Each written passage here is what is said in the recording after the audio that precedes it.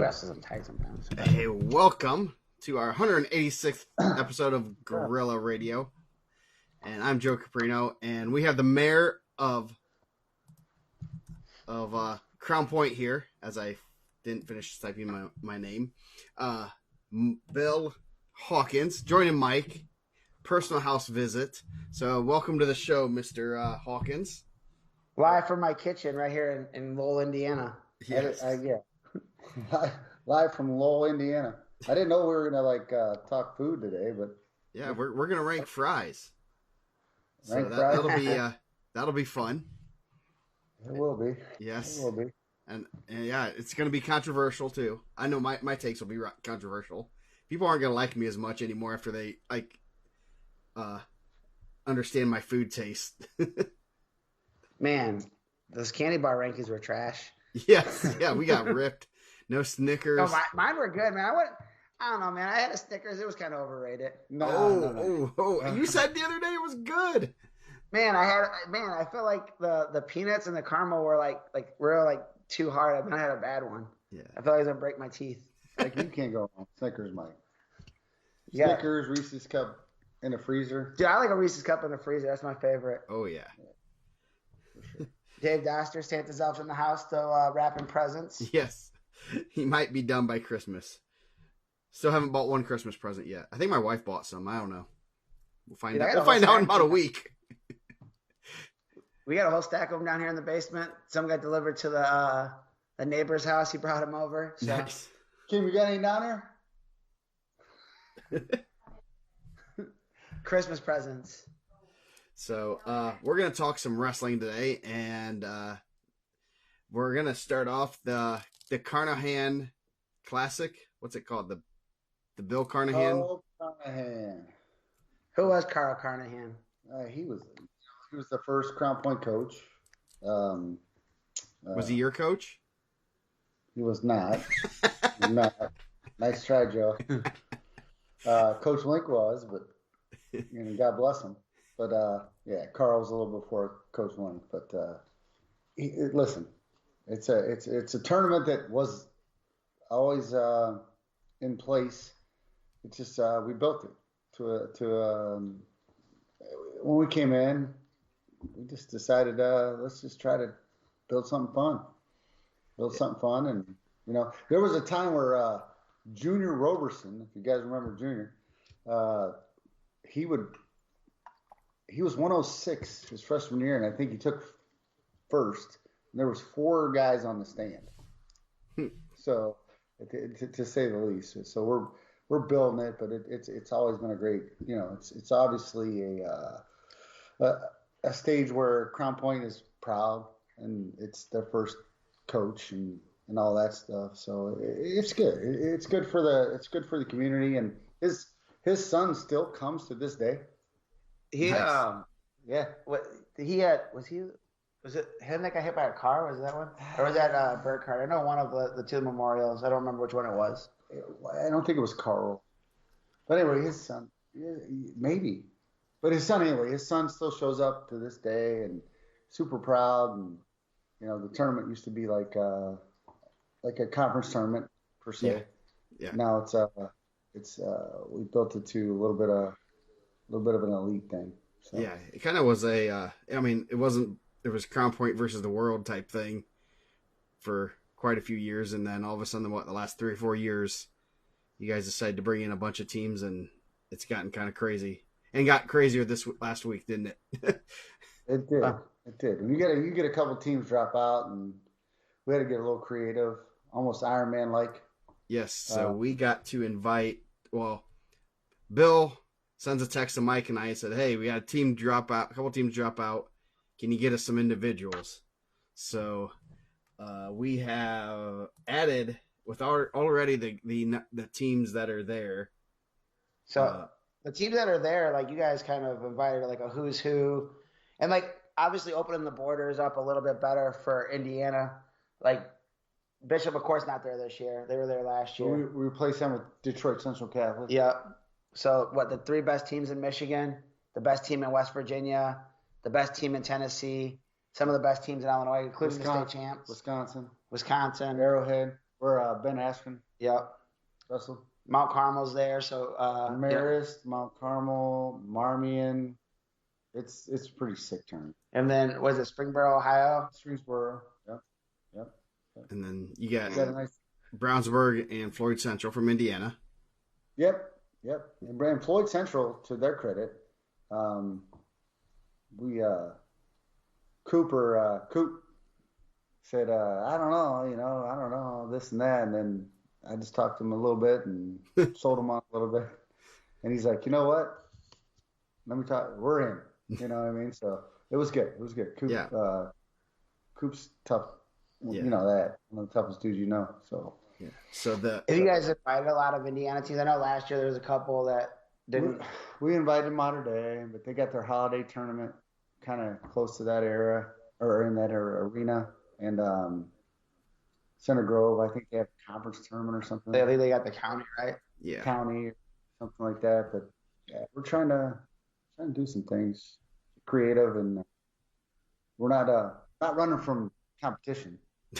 No, not at all. We're not at our best, but the Red Dogs aren't at our best. But at the end of the day, I mean, we're trying to build the toughest tournament in the world. So at the end of the day, in the Midwest, but with the help of you and Mike, maybe next year we can do some like Ironman stuff. Yeah, that's basically what we kind of did here. Yeah, and like obviously it takes like a lot. Like obviously you have good relationships. It takes a good AD that allows you to do something like that. Oh, Bill Derilla is like, when I talked to Billy D, I mean, he was like, I was like, hey, listen, we lost a couple teams, and that will put a scar on the tournament. And he said, what do we need to do? I said, we need to do what Ironman does. We need to open up some bids and see what we can do with the best, whether it's in our state or not. At the end of the day, we had to go within our state because that's who you knew and Mike knew. And well, I reached out to some Illinois guys, and they got the Dvorak that weekend, so they were like, we're not going to jump out of that. Mount Carmel did jump out of that and came over to you guys. Yep.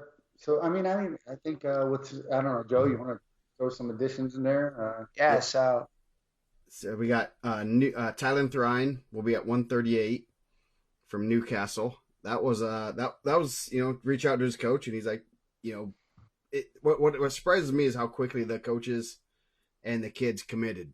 More than anything, it's sometimes you'll have people at Hem Hall like, I don't know, maybe, and I go, you don't have much time. You got to say yes or no. And they have a home super duel that day, so that he's coming. Michael Major, Fast Eddie, is gonna drive him up back to his old stomping grounds. You and Ed go way back, don't you? I was the best man in Ed Kondowski's wedding, by the way. Just to throw that in there. Throw that in there. Ed definitely let me know that the other day when I talked to him. Yeah, nice. He's obviously my bestie. He said he needed to come up and get some better food. He said Indy's not getting it done. Oh, nice. Avon's bringing 5. Bridge, Gels, Nate Rio, Quentin Sheff, and Seth Syra. So pretty good group there. Fishers is bringing 4. Owen Ingalls, Xavier Smith, Chris Quarles, and Julian Burgett. Xavier Smith coming off a huge win this past weekend over #1 Aiden Costello too at the Trikoff. Yeah. So rolling that right into the Carnahan over here. And then repping Dwayne, Delta, bringing in 6, Reed Wicker, Kay Jackson, Aiden Bollinger, Jensen Boyd, Sam Mosier, and Cabe Stebbins. So some Fort Wayne representation. That's some pretty good 6. Sarah said no Seth. She said look at track. Oh. So. Well, who's the fifth mystery person? I don't know. I don't know either. We didn't look at track. I'll bring it up. I have not. That's just who I kind of assumed, but I guess we will look at track of the wrestlers. Oh, there we go. They are loaded in there. So Avon. Oh, Avon only has 4. Bridge, Gels, Rio, and Chef. Gotcha. 4 pretty good only representatives. 4. That's all they can fit in the car. So, yeah, that's pretty cool. Well, to be honest with you and Mike, I mean, thank you for your help, by the way, with that. But it's we had to do something. You know what I mean? To kind of fill the void of a Davison who's done it to us before, and Lakeshore, Michigan. You know, they're good, but you know what? With what we're filling, I think what we're filling the void. Yeah. With even our in-state guys, I think it just makes it even tougher. Well, we reached out to almost all of the number ones. I mean, obviously we knew some had some scheduling conflicts, but we wanted to kind of open the door for Indiana guys, especially guys that are not at the Ironman, that don't have that opportunity to see some of the national competition. It's something in state, which I thought was really cool. And, you know, we appreciate you reaching out. And we just kind of like, I mean, me and Joe, Joe had asked early on if there were some ways we can get some guys in. Those guys that are not getting in. But, you know, I think it's a good opportunity. I think we asked every number one except for, I don't think, maybe two. I don't think we asked two. Weaver was Weaver might have been technically the only one we didn't kind of at least inquire with a little bit. Because you're going to have Bell, Dickman, Rio, Hockaday. They're going to be there. Yep. Stanley, we reached out to. Yep, we did. Bradley, we reached out to. Doster and Ocampo, we reached out to. I can't speak today. Costello. I guess I reached out to some of the New Prairie guys. Yeah. I mean, they have a super duel that day. I mean, it's tough. Yeah. It's difficult to say, hey, we're going to take 4 of our best guys and go compete, or, you know, 7 of our best guys. You know, I understand, you know, but we definitely wanted to open the door for those guys, you know? Yeah. For sure. So now that's pretty cool. I guess, I mean, and then Cressel kind of expressed a little bit of interest. I know they have the county, so you're going to run into, like we said, Center Grove has their county tournament, and they take that fairly seriously. Obviously, they could probably take their B team there, and actually, I think their B team's coming up to the Yorktown, New Haven thing. So I'm not real sure about this county thing, Joe. Maybe you and Mike can explain it to me. Is this something that they have to do? I mean, I just don't. Well, Bill doesn't understand it because we do have like a nice Lake County tournament at Hanover Central, and they choose to go to Team State and send their backups to the county every year, and they do well. Like Crown Point's obviously got a lot of depth. Center Grove has a lot of depth. Brownsburg has a ton of depth. Heritage Hills sound like they had a wrestle off, and they got guys with medals that are going to be on their varsity too. I just don't know how Indy works with the county. I really don't. I've never really dipped into that too much, so I don't know if it's like something that ADs demand or. I'm sure. I mean, I know. What was it? The 1 year Portage, you guys had the conference thing, and I think they ditched your guys' thing to go up to DCC. And didn't you call and complain on them? Yeah, maybe. Didn't you call and tell on Leroy? Wasn't that you? It could have been. I don't know. Yeah, I'll put those in the chat so people can see that. I don't know all that. Joe, I don't know all that county stuff. So I think there's a little bit of pride. It's just kind of like a conference type thing where there's a little bit of pride in that, and they don't. They want to win their county, and I'm guessing someone like Center Grove wants to not lose a match in the county to claim they are truly the county champions. So yeah, I guess I know Maurice. I've talked to Maurice. I mean, he's showed interest, obviously, but there's something going on there that I don't think you can just get away with it. You know what I mean? So down there, I don't know. Yeah, I mean it's tough. And Marion County, I can't see all of Morgan's comment, but Marion County's pretty stacked. That's like one of the bigger tournaments in Indy. And some of these teams are still competing for a spot at Team State, which I'm sure we'll talk about more in depth maybe later next week when we have the vote in. So I mean, some of those guys are trying to win spots into that event. Where some teams that are already sitting pretty and comfortable, they're probably not as worried about getting into the event, right? Yeah. Sure. So going to be a good event. Excited for that this weekend. The Carl Carnahan Classic. I don't even championships. think. I don't even think. I think Mike and I were looking at some of these results. I don't even think people realize like how in depth this tournament is. Yeah. I mean, it's. I don't know. You got team. I mean, Well, I don't have it up, but I think we were looking at like the Cleveland, Tennessee team. I think they're bringing like 8 Tennessee state champs. Well, one's at Crown Point now, so Yeah.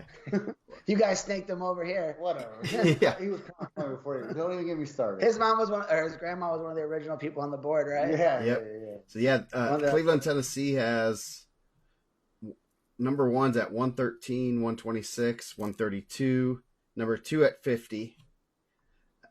And then 215 and 285 are number ones. They're ranked number one in the state. So they so like as I said on the pre-show, I think I know why Szymborski had to come up to Indiana because he won that wrestle off. So he said he wanted to be varsity. I guess we're gonna find that out. He took second last year in Carnahan. I think it's pretty good. And then the West Virginia team, I think they're like a multiple time state champ, right? Yeah, They're, like Parker. Was it Parker's? Parkersburg. Parkersburg. They're ranked 1 in West Virginia, I think. Their website is a little harder to navigate than IndianaMat, so Not everyone's that lucky. it's different. Obviously, it's a different site. So, but I think they're multiple time champs. They got a bunch of returning champs also. You got some friends down there in West Virginia, in the Tim Flynn and West Virginia area. Then you got Arrowhead from Ben Askren's old high school. I don't know if they're as deep this year as they had been in the past. I mean, they're always going to be good. I think I was talking to our friend from Indy that's up in Wisconsin running his website. He said they have like 3 or 4 like solid medalists. Yeah. Zach. Yeah. Michigan. And then like I think you guys got like the best. You guys got like the best of every like class. Like Detroit Central Catholic's bringing a bunch of the big class champs. Dundee. Yeah, Dundee and Lowell are bringing a bunch of champs. So. And then how about Illinois? Yeah. How about the Catholic League? We got the Marmion Catholic. But you got like Nick Garcia, who beat Don Moretto. I mean, maybe in a weight with like Reverend Dickman, or at 26 is pretty stacked with Rio and Gendris and Carmel, and Maris is new this year.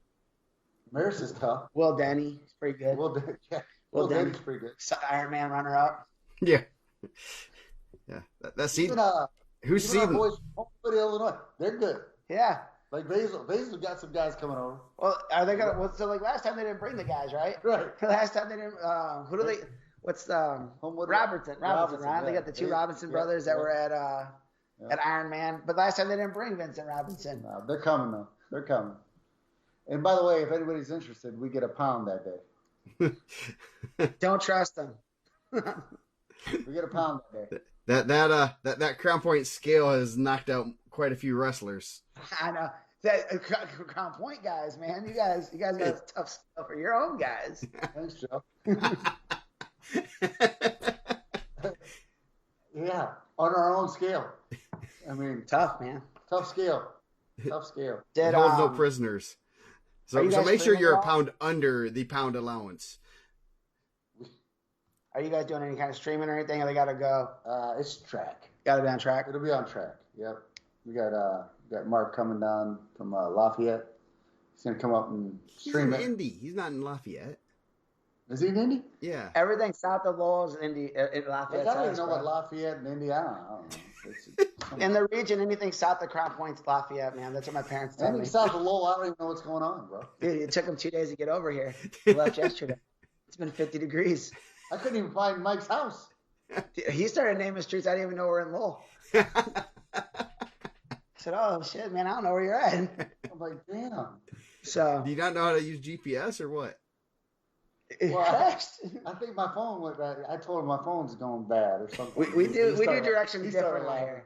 I don't know. But he walked me right into his house. So. Bro, we do directions different. We said, hey, man, there's a KFC on the corner. You got to hang a left there, come down about 50 feet, go past the retirement home. There's going to be 2 dogs. They're going to be barking at you. Take a right. I knew where he was because we went to Tulsa together, a couple years ago? Yeah. We went to Tulsa together. I don't know how we found our way back, honestly. Yeah, that's true. But I knew where he lived. I knew he lived somewhere by the Walgreens in Lowell. That's all I knew. I know. I seen Monica on here. Monica. She seen you in Tulsa that day too. Oh yeah. Yeah. Good times. So, So streaming on track. I think it's gonna be an awesome event. I'm gonna be there live. Are you going, or is that Cub Convention Day? No, that I will not be there. Unfortunately, we have some family coming in town for Christmas stuff, I guess. Well, Mike can take over. Yeah, man. Go over there, shake hands. Mike will take. Go over there, kiss some babies, shake hands. We got a meet and greet set up on Friday night. We do. We have a meet and greet set up on Friday night. And we're With gonna have the mayor. our With the mayor. The mayor. Yep. We'll find a spot over there across the street. Yeah. You got good food? Hey Joe, I think you've been there. Yes, it's very good. Yeah. Your wife kind of came and picked you up there, I think, one night. Yeah, she did. Like, it was last year. Yeah. You went too hard? No. I was behaving for once. I don't know about that, but you were like, at least you ate some. Ate some good food. Dude, it was good. You ate some good region food. Yeah, it was good. Sandwich from Lynn's. I had some kind of like whatever you suggested was really good. I can't remember what it is. It was the roast beef. You tried to roast beef. Yeah, you suggested it to me too, man. Roast some mozz. Yeah, It was good. It was good. Good. So yeah, good food there. Good. The meet and greet. Bill's gonna be there. You gonna be there? I'll be there. Gotta be there. It'll be fun. Send you some merch. It's gonna be a great weekend of wrestling, and you know what? I just hope everybody tunes in. And truth is, I mean, if you love wrestling, the Carnahan, we're trying to build it to I don't know, to like an Iron Man one-day level. And you two, by the way, I appreciate, because I think next year, because you always have two teams that just somehow bail in the same week of the tournament. So I think what we might do is what you guys suggested. It's like, hey, you know what? We have a 16-team thought process, and we might go 14 teams and just start throwing out bids. Yeah, that's what kind of we were talking about, in our group chat, like something like, let's just do 14 teams and then give out 28 bids. Why not? And I mean, start taking applications maybe more than a week ahead of time. Yeah, I think we'd have to do that, but yeah, at the end of the day, I mean, every year, I think over the last 4 or 5 years, we've tried to hold this together. Somebody's bailed on us. Yeah. So it's one of those things where I get it. I understand. I mean, it's not an easy tournament, and sometimes people get I don't know, maybe in their mind it's just they're not ready for it, or they just can't get there, or whatever. I don't know what their excuses are. What'd they tell you guys? You know what? They had. This is the crazy thing is like, how are you going to say you have prior obligations when you already paid the entry fee and you're in? Did you tell them no refunds? Oh, there's no refunds. Kevin said next year they want to get Lowell on. You know what? I mean, they offer like Kevin's a good dude. I mean, we were just like trying to get people in onesies, twosies, and obviously we try to get Evan in, but they got something at Lowell that day too. Yeah. So it's tough, but get Yusuf back, bring some Texas kids. Yeah, there you go. I'll tell you what, you could win. You could probably. I think Joe and Mike. I mean, agree or disagree. I mean, you could literally place 6th in our tournament and win an Indiana State tournament, or you could place. You might not place and still place in Indiana, or you might be a West Virginia stud and not place and still go win in West Virginia. I mean, it's just it depends on your draw. It depends on the seeds and all that stuff. But it is brutal. It's brutal. Yeah, like I mean, I'm sure that seeding means gonna be tough. Like, how do you rate how are you weighing state champs from other states against placers? I mean, Jake lost. Was it last year or 2 years ago? He lost to Zach Stewart there, like in the quarters. Was it Zach Stewart that beat him? Beat who? Jake Hockaday. Somebody beat Jake 2 years ago. Yep. Stewart, I think, from Illinois. Yep. Yeah. So I mean, it's for a one-day event. Like, obviously, we love Al Smith. You guys are at Al Smith also. Who beat Jake there? Someone beat Jake there. I think Stanley gave Tegan did. Jake. Tegan went 0-2 and he placed at state. 2 years ago, right? Like, Yeah. I thought Jake grabbed someone in the quarters 2 years ago and got beat. Maybe the semis. Joe, who'd you just say? So Teagan was 0-2 there last year, placed at state. T got a big win this weekend. Yeah, he did. Yes, he did. He got a big win in Illinois. Beat the streets. He beat a guy. I don't know. We were talking about this before the show, like just the depth of Indiana. And Eric called in. We were gonna get Eric on, but it's past his bedtime. But like we didn't want to get too many people and crash the start. Yeah, it's Stuart from Marmion. Did I knew it? Why is Sarah telling me I'm wrong? Sarah, stop. I said 2 years ago, not last year. So we were trying to get Eric on. We didn't want to crash the server. He's too handsome for the show, I guess. But you guys set a team up to beat the streets, beat Oak Park River Forest, which used to be an Illinois powerhouse. Took your varsity two up there, and you guys were second. Teagan beat a D1 commit. Commit to American. Yeah, commit to American. So yeah, it's like that's the whole. I guess why I love Indiana wrestling. It's just like it's crazy. Not just Crown Point wrestling, but Indiana wrestling. You go around I don't know. You just cross the border and beat guys that are ranked or going to commit to some D1 level school, and here we are handling our business. Indiana's, you know what? There's people like Ben Askren to kind of give us some love and some other folks, but at the end of the day, Indiana wrestling's pretty damn good actually. So I'm proud to be this team, and of course I'm a Red Dog lover. I truly love Indiana wrestling, even though people out there are gonna hate on me. I love Indiana wrestling. That's it. You just love wrestling. I love wrestling.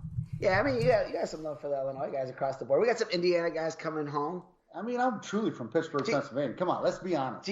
Pennsylvania, come on, dog. Do you think the Mount Carmel guys make their guys go to the school, then drive back out here to wrestle? I mean, Captain Hodges is a Crown Point kid. He's a Crown Point kid. Does he get to stay home and just go to the school, or does Alex make him go all the way out there? Yeah, we lose guys. Nice. Tate's Lauren beat the number 1 Ohio State champ this past weekend. Tate's good.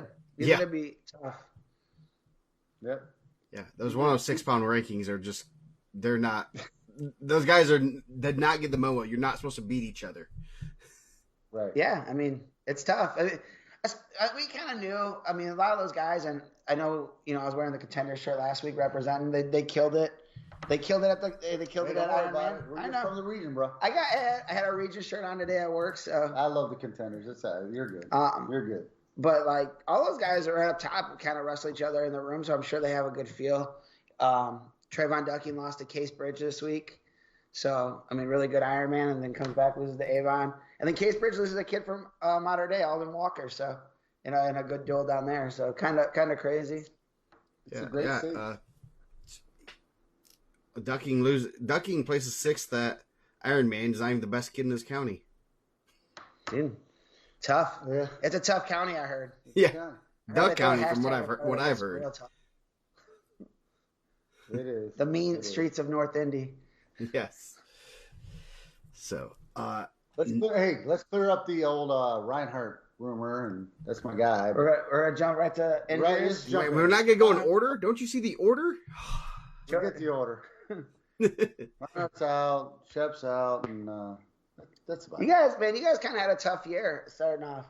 You guys running too hard or what? I don't know. I'm going to blame it on Andrew Howe. Oh, man, that's a death wish. He's coming heavy after me now. Yes, I mean, that's unfortunate. It is. We feel bad for Anthony. He's a good kid, man. Really good kid, going to Northwestern. Incredibly tough, man. That's not – I mean, you guys lost 2 guys that, kind of in the mix for maybe finalists. Maybe. I mean, Shep was a finalist last year. Reinhardt's semifinalist. Yeah, but it's that's tough, man. That's 50 points off the board, basically. Yeah, it's gonna be. It'll be tough. I mean, it is what it is. But yeah, I went off here a little. I'll wait till Joe. We can get back to that. It's not big deal. That's. Luckily, you guys are deep enough that you can put in some solid kids in there and just keep next man up, right? Well, I mean, I think every program's looking for that, right? I mean, every program's looking for that next guy up, but and we preached that with our guys. And we were a pretty big school. We got 130 kids out for wrestling. So it's a lot. It's a good amount. Do you know all their names? You know what I mean? And not everybody's that level, right? So at the end of the day, I mean, we preach it. Like, you got to be ready to go. Next guy stand. And I think every school should. It doesn't matter if you're small, big, whatever. You got to have a guy that understands that your number might be called, man. Your number might be called, and that's your opportunity. Yeah. And I've seen it. So have you guys. Yeah. Take advantage of that opportunity because you might not get it next year. Captor was our MVP last year. Yeah. I mean, to be honest with you, you talk about a guy who was a backup, and then Cruz got concussed, and Captor walks in and takes third in the state. Yeah. Pretty good run. Pretty good run. And everybody, by the way, Captor's from Crown Point, just so you guys know. What did he get, an Illinois guy? That's what I kept telling everybody. I said, I can't believe they brought this kid in from New York. Flew him right in here. Yeah. How do they fill that guy in real quick? Bill said he has a bunch of townhouses if anyone's looking to move. I got a whole. Stop it. He's got an apartment complex. Don't lie. Stop it. No, he's right. Like, you want to build that depth. Your guys' like I said, your varsity 2 just went out to Illinois in a tough tournament. Took second. Marist was in that too, or was it Marist number 2? Yeah. And then like your guys' middle schools do pretty good. I saw 2 middle schools. I went to the middle school conference. They're pretty stacked, man, with a lot of names that you know from the region and guys that have been middle school placers, and elementary does well. Well, to be honest with you, that's what you kind of got to do. It's like, Crown Point, both middle schools are really good. I think they were undefeated up until they faced each other. Yeah, and that was a cool event for you guys. Yeah, we put our middle school kids up under the lights. Nice. Like a varsity duel. Yeah. But you said you don't like it when people are under the lights, right? Only state finals? Is that you? Yes. No, it wasn't me, but I did agree. Well, you got to sell it. I will say, for a middle school, something like that, I could use that as an exception. Right. What about when it's a big rivalry duel? No. What if it's Avon Brownsburg? No. What about if it's Hobart Lowell? Yes. They had it under the lights. That was a good duel. Right. No, right. I don't know. It doesn't. I think it's been overdone, and it kind of was cool for a little bit, and then I turned the lights on. Let's watch some wrestling. It gets a little, and it's not the best lighting to watch or take pictures in. And I need good pictures for graphics because I'm tired of using LT Hawkins pictures. Why? He likes you. You just, keep telling me keep taking third at the IHPO, and yeah. I already took third twice one year. yes, he did. He literally took third twice. 2 medals. Yes. So yeah, they're hanging on his wall, Joe. Nice. So do you want to go back to the biggest weight jumps? We've been trying to talk about this. We've been talking about this biggest weight jumps for 3 weeks, and we keep forgetting. After the show's over, we're like, man, we did all the research for biggest weight jump. Well, I didn't do any research, so it has zero to do with me. I just said maybe this guy or that guy. Yeah. So Joe did the research. We'll have to rehash how we came up with this because Wyatt Davis was a state qualifier 2 years ago at 113 pounds. Has been ranked at 190. I believe he will be going 175. That's a big jump. That's the rumor. That's a big jump. Yeah. So he is going to be at 175 from the source I have, and if the source is lying to me, I will kick his butt like I used to do when he was in the high school room with me. So Justin Plank said Newcastle tried to do a lights out, but a fight broke out. Mean streets of Newcastle, bro. I'm telling you. So Wyatt Davis is still at, if he qualifies for state, he's at a 62-pound weight differential from the first time he qualified. So I went through, and anyone that's not 215 to heavyweight, that's not, that's not quite that big of a jump. He would still break the record for if he qualifies for state at 175. So the other ones, record holder right now is someone Bill might know, Frank Norris. I gotta pull up when he graduated because I did not have his. It is not Chuck's dad.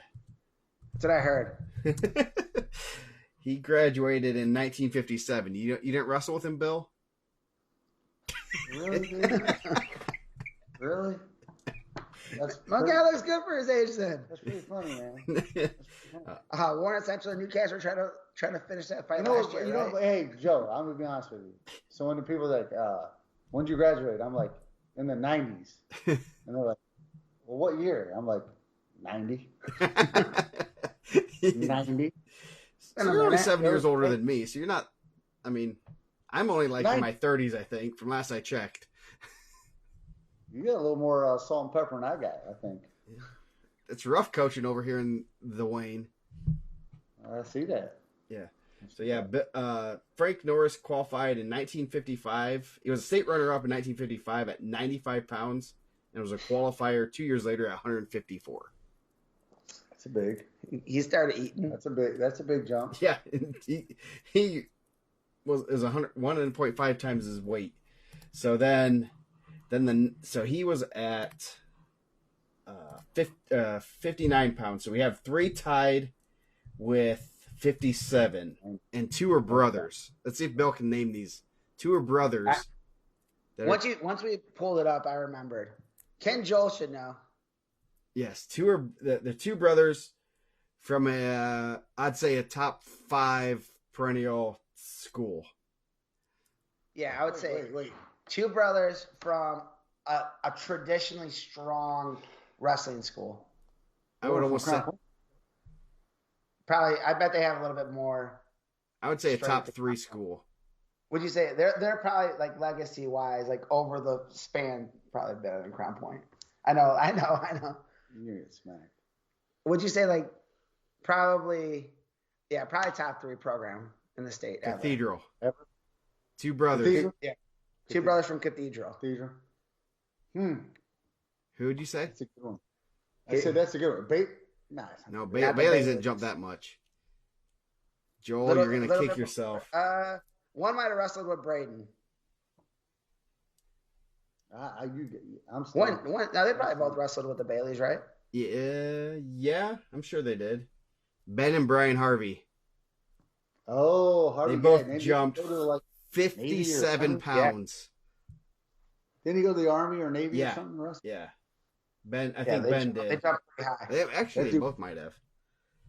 I think Eddie P coached. Yeah, I think they're CIA kids, right? Yeah. Eddie coached those guys, and I know Harvey was definitely one of Eddie P's guys. Ben and Brian Harvey at 57 pounds, from 113 to 170 for Ben, and Brian was 103 to 160. Pretty good. And then the other one at 57, it was Jacob Laplace from Mishawaka. He went from 38 to 195. And then you have Trey Reese, 160 to 215. He was a small 250. He was not 215, but that's still a pretty darn big jump. Yeah. Then a couple. Got one of your guys here. Who you know who it is? No. Sammy. Yep, 106 to 160. Him and Chris Newman are tied at 54 pounds. Sammy's big now. The Sammy's bull. real big. You see the bull? Did you? Yeah. We need to do another one because he jumped more. He was like 184. Yeah, and he's big. So the other one at 52 pounds is Al Lumino. I have no clue who that is, but I will look it up because there's a website for that.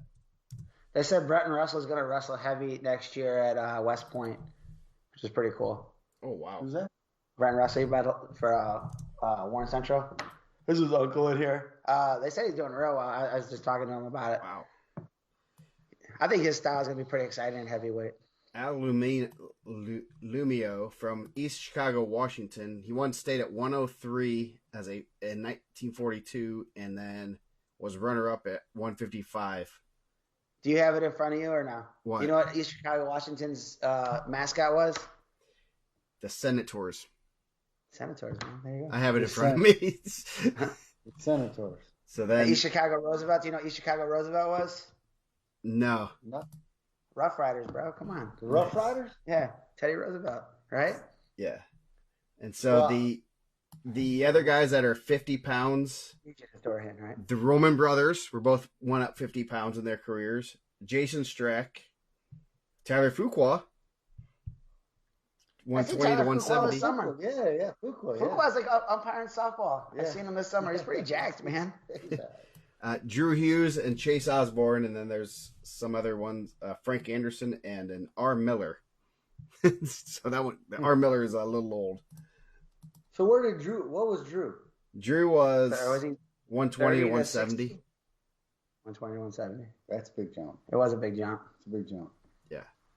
That's I mean, anyone going 50 pounds or more, actually anyone, you can look at guys going down here. You got Kevin Carr, Sean McMurray, Brant Whitaker, Josh Farrell. Sean's doing really well, yeah. Sean's a BA. Yeah. The Millwrights. Jordan Slivka went from 13 to 60. So pretty interesting to see all these jumps in weight and, still having success. That means they're good wrestlers.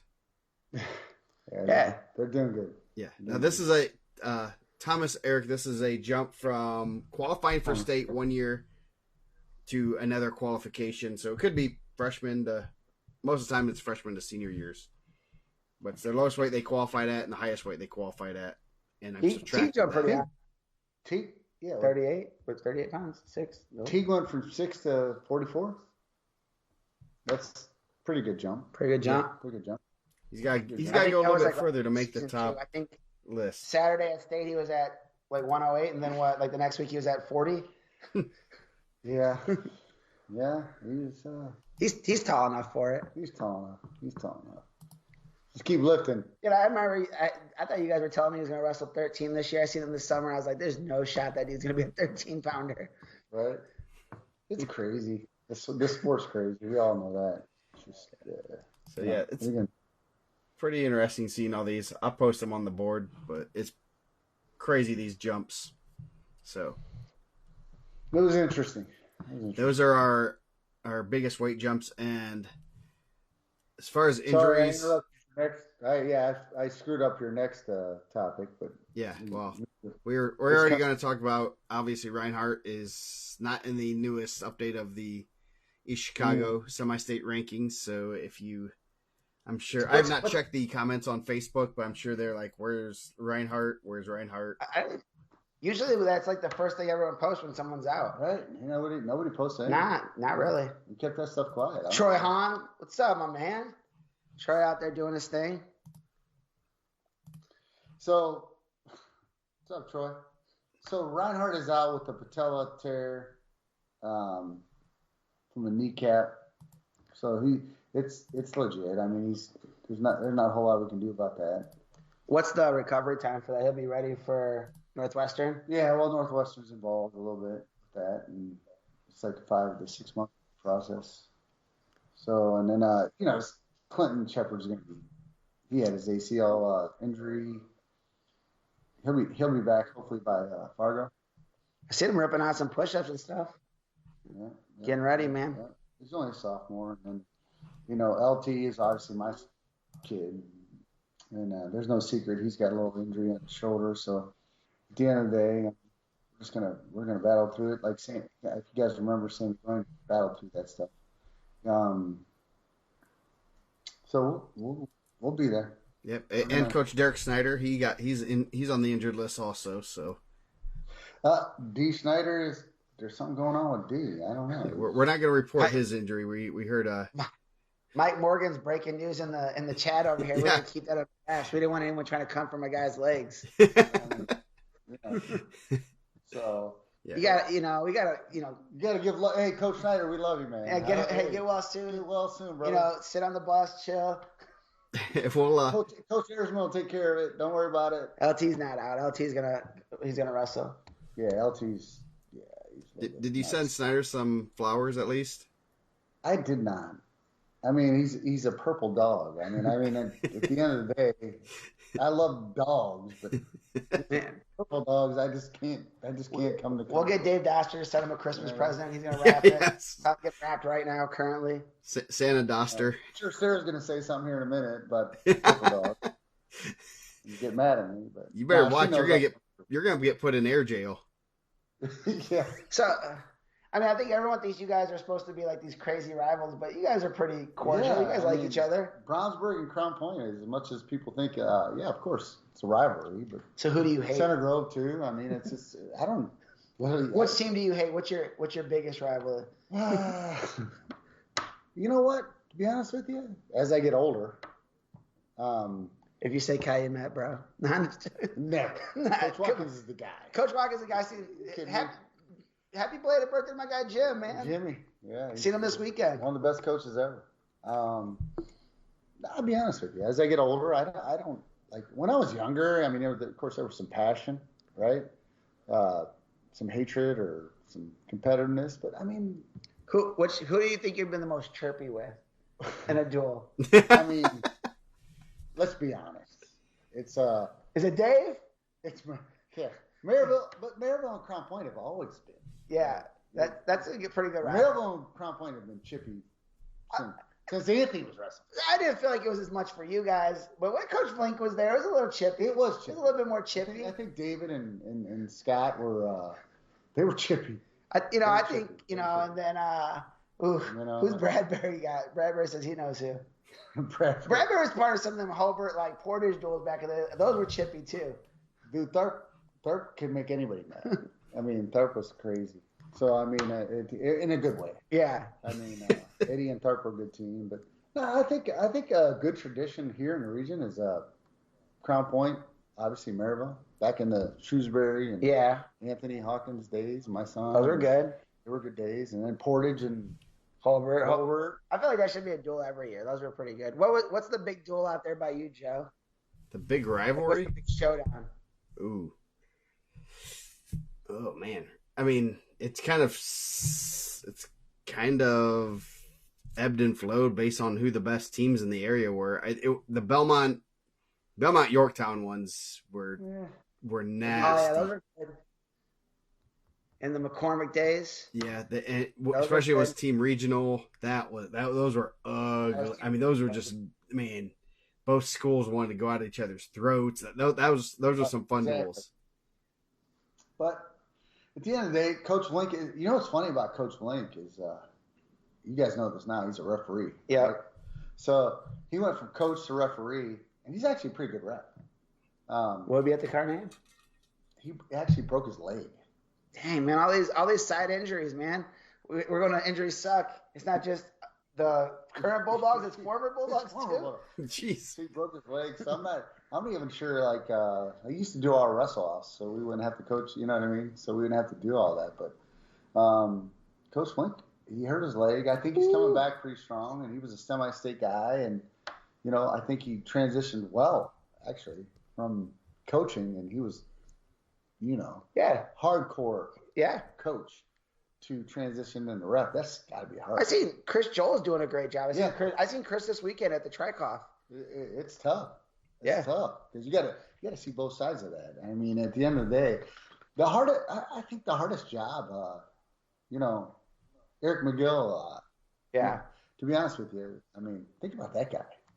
That guy is NCAA Division I. I think he ref Mendez's match in Las Vegas. I think. Yeah. Or he was a backup. He was the backup ref on that Vito and Dalton or Dayton Fix. Dayton Fix. So I mean, referee is not easy, but it's also prideful when you got a guy from Indiana that's transitioning from coaching to refereeing or from wrestling to refereeing, and it's cool. But I will tell you this: listen to Chuck Barnett. I didn't realize how we were struggling with referees. I mean, that's not a topic here. I didn't realize how bad. I think that's across all sports, though. It's tough. You got, coaches over here yelling at him, running him off, scaring guys off, bro. That's Coach Sessa. It's not me. That's what I heard. That's Vince. That's Vince, what I said. That's my man. boy Vince. That ain't I heard. me. Hey, you can hear it all in the Iron Man right on the video. I'm not. Nah, Vince goes up there. Vince just started watching right now. Vince goes up there calm. He is calm. I feel like Vince. That's why Vince gets a lot of calls over turns. He goes up there with very calm, very chill. Can't go up there. They match energy. But it is tough, man. I mean, to be a ref here, I mean, in our sport, it's tough. Yeah. I'm a little worried, to be honest with you, this wasn't a topic, but man, Illinois, for example, Joe, Alex said that they keep their referees, like how they rank the refs in Illinois every year. There's no 1-2 year thing. It's the best officials are going to officiate that state tournament. That's it. Done deal. It's not even a question. It's not you can't do every. So what do we do as a state? You know what I mean? So because we're shorthanded, do we just put the best quote quote officials we have each and every year, though that's not the rule. That's not how we follow. But that's something I'm concerned with a little bit if I'm a Indiana wrestling fan, you know what I mean? So, because it is hard to find good referees. But when you start rotating every 1-2 years, Illinois doesn't do that. Pennsylvania doesn't do that. Yeah. Your best officials are at the state tournament. That's it. Done. That's how it should be. If you're the best that year, and it should be based on 1 year, not that you've ref for 20 years. You could be a first-year ref if you're voted or rated that high, then you do it. I mean, I know there aren't. I mean, like Eric we were talking about was definitely early on. You knew he was a really good ref, but for him to get to state, it'd take him. He got to the NCAAs before he would have gotten to the state for Indiana high school. Yeah, I think, and I kind of asked those guys before. I think he's kind of the anomaly, though, right? Yeah. Oh, 1,000%. Like he's kind of the anomaly in that. Like, I get it. I mean, it's tough, man. It's incredibly tough. And how do you know who's the best? Because you're pulling from a big area. How do you know who's the best? Yeah. Like if you don't see those guys, and we call it like our guys call it different up here than they do in Indy, and Indy calls it different than Evansville. And I mean, I think that we should be calling it the way we call it up here. I mean, I want to see action. Like that's hey, I'm Team Colburn all the way. Yeah, no, I see the general this weekend. I want to see people getting banged for stalls. Yeah, and that's one thing. Like I've said this multiple times. Why I always liked when we were at Carroll, we would go to Indy. We'd go over to we actually would go to Maryville. We'd go to Al Smith. We'd go different areas and try to see not only different competition, but seeing different refs so that we know that these refs call things differently. And, you have that in your back pocket when you see them at semi-state or state. As a coach, I'm sure you know that if you have some certain refs, you're like, man, that guy's never going to call stalling on my kid. That could just be laying there taking a nap. He won't call stalling. I know some guys like that. I do too. I get it. Yeah. But, I get it, so I don't know. I just think it's a bigger topic than, you know what I mean? Yeah. Maybe another day. And honestly, I'm not going to I'm probably not the guy to comment on that. I've never been a ref. I mean, I know you had your license. It's hard for me to say, well, it's going to be this or that because I haven't been in those situations. I mean, it's easy for me to be critical because I'm not there, No, I agree. I just think that sometimes, we have a one-state system. I mean, a one-class system. So at the end of the day, it should be, Illinois has 3 classes, right? Yeah. Pennsylvania has 2 classes. And they continue to tell me, and of course I got buddies from wherever, and they're like, you have to have the best officials every year. It doesn't matter what, it's not a 1-year break. It's not a 2-year break. You got to have and especially with our situation. Yeah. And dude, I'm going to say this in the nicest possible way. Like, you're right. Like, they're on this rotation. You see the same guys at Team State every year. Those guys are invited, right? Like, who everyone feels are the best guys. And that's not me knocking anybody. I don't even know who's at Team State. I've only been to the 4A one. I used to go to the Coliseum when it was all there, which was cool. But those guys are not getting rotated out of there, right? I don't think so. What do you say? They're not getting rotated out of there. No, Team State is like the top, whatever they use, 25 officials, 30 officials, they use a ton. And they just straight go down the order. And there's, if you're the top 25 official for the next 20 years, you're probably going to get in as long as you accept it. Exactly. Yeah. And that's kind of where I think we should get, especially if we're having like, Chuck's my guy. Yeah. Like, Chuck's a good dude. So if we're struggling to have officials in Indiana, if that's the issue, then and we're a one-class system, I just feel like, then we need to go with our best. We need to go with our best because at the end of the day, when we go to a state tournament, I mean, it's a one-class system. And so it's put the best out there, and that's it. Now, I get it. We have rules and regulations and rotations and all that stuff. That doesn't mean it's right. All I'm just saying is we need to probably look into it a little deeper. You know what I mean? Yeah, I think a little bit of it is some of the rating systems we have are a little like it's kind of old school. You can get kind of the good old boy system of people being rated. I don't know the right way to rate guys every year because I know older officials still get votes from people from I think he does all the time. From a long time ago that they haven't ref for and they're still getting rated really high, and it's like we gotta have more truthful ratings and ratings that don't ding a guy. Right now, I believe if you can really hurt a referee by giving them just a 4. Right now, you give them a rating of 5, 4, 3, 2, or 1. I think if you give a 1 or a 2, you have to give an explanation. Exactly. But you can hurt a guy big time from getting state by just giving him 1-4. I don't think that's right. I think our rating system needs a little more flexibility, and I don't know how I don't have a solution, so I hate to complain about something I don't have a solution for. But at the same time, you can't have that kind of. I don't know if we do, Joe. Yeah. We don't have enough officials. Yeah. The solution is we need more officials. So I think it's just more or less we need to get guys we need to have a better rating system that truly reflects this year, and guys aren't getting hurt. If I truthfully give a guy a 4, that basically to me it says you're a semi-state level official, then it's a weird. You shouldn't have to get all 5s to go to. I mean, you should be able to give an official true ratings. I don't know. It's a weird system. Well, hey, you know what? With the girls wrestling, obviously, Doug Strader's a really good buddy of mine, but he's really doing well at Crown Point. But he brought up a good point. He's like, when the girls' state tournament's going on, I mean, we got some stuff going on in the state of Indiana with the boys. So a lot of those good officials are going to girls now. So for the state tournament or whatever, and they're missing out on some other stuff here for our boys. But at the end of the day, it's like that's the whole point. You got girls that are sanctioned. We just do not have enough officials. Yeah. No. There's definitely a call for more officials. So if you are, work to get your license, it's great. Extra money if you can't coach or. Do you want to throw Chuck's number up on there so you can call him?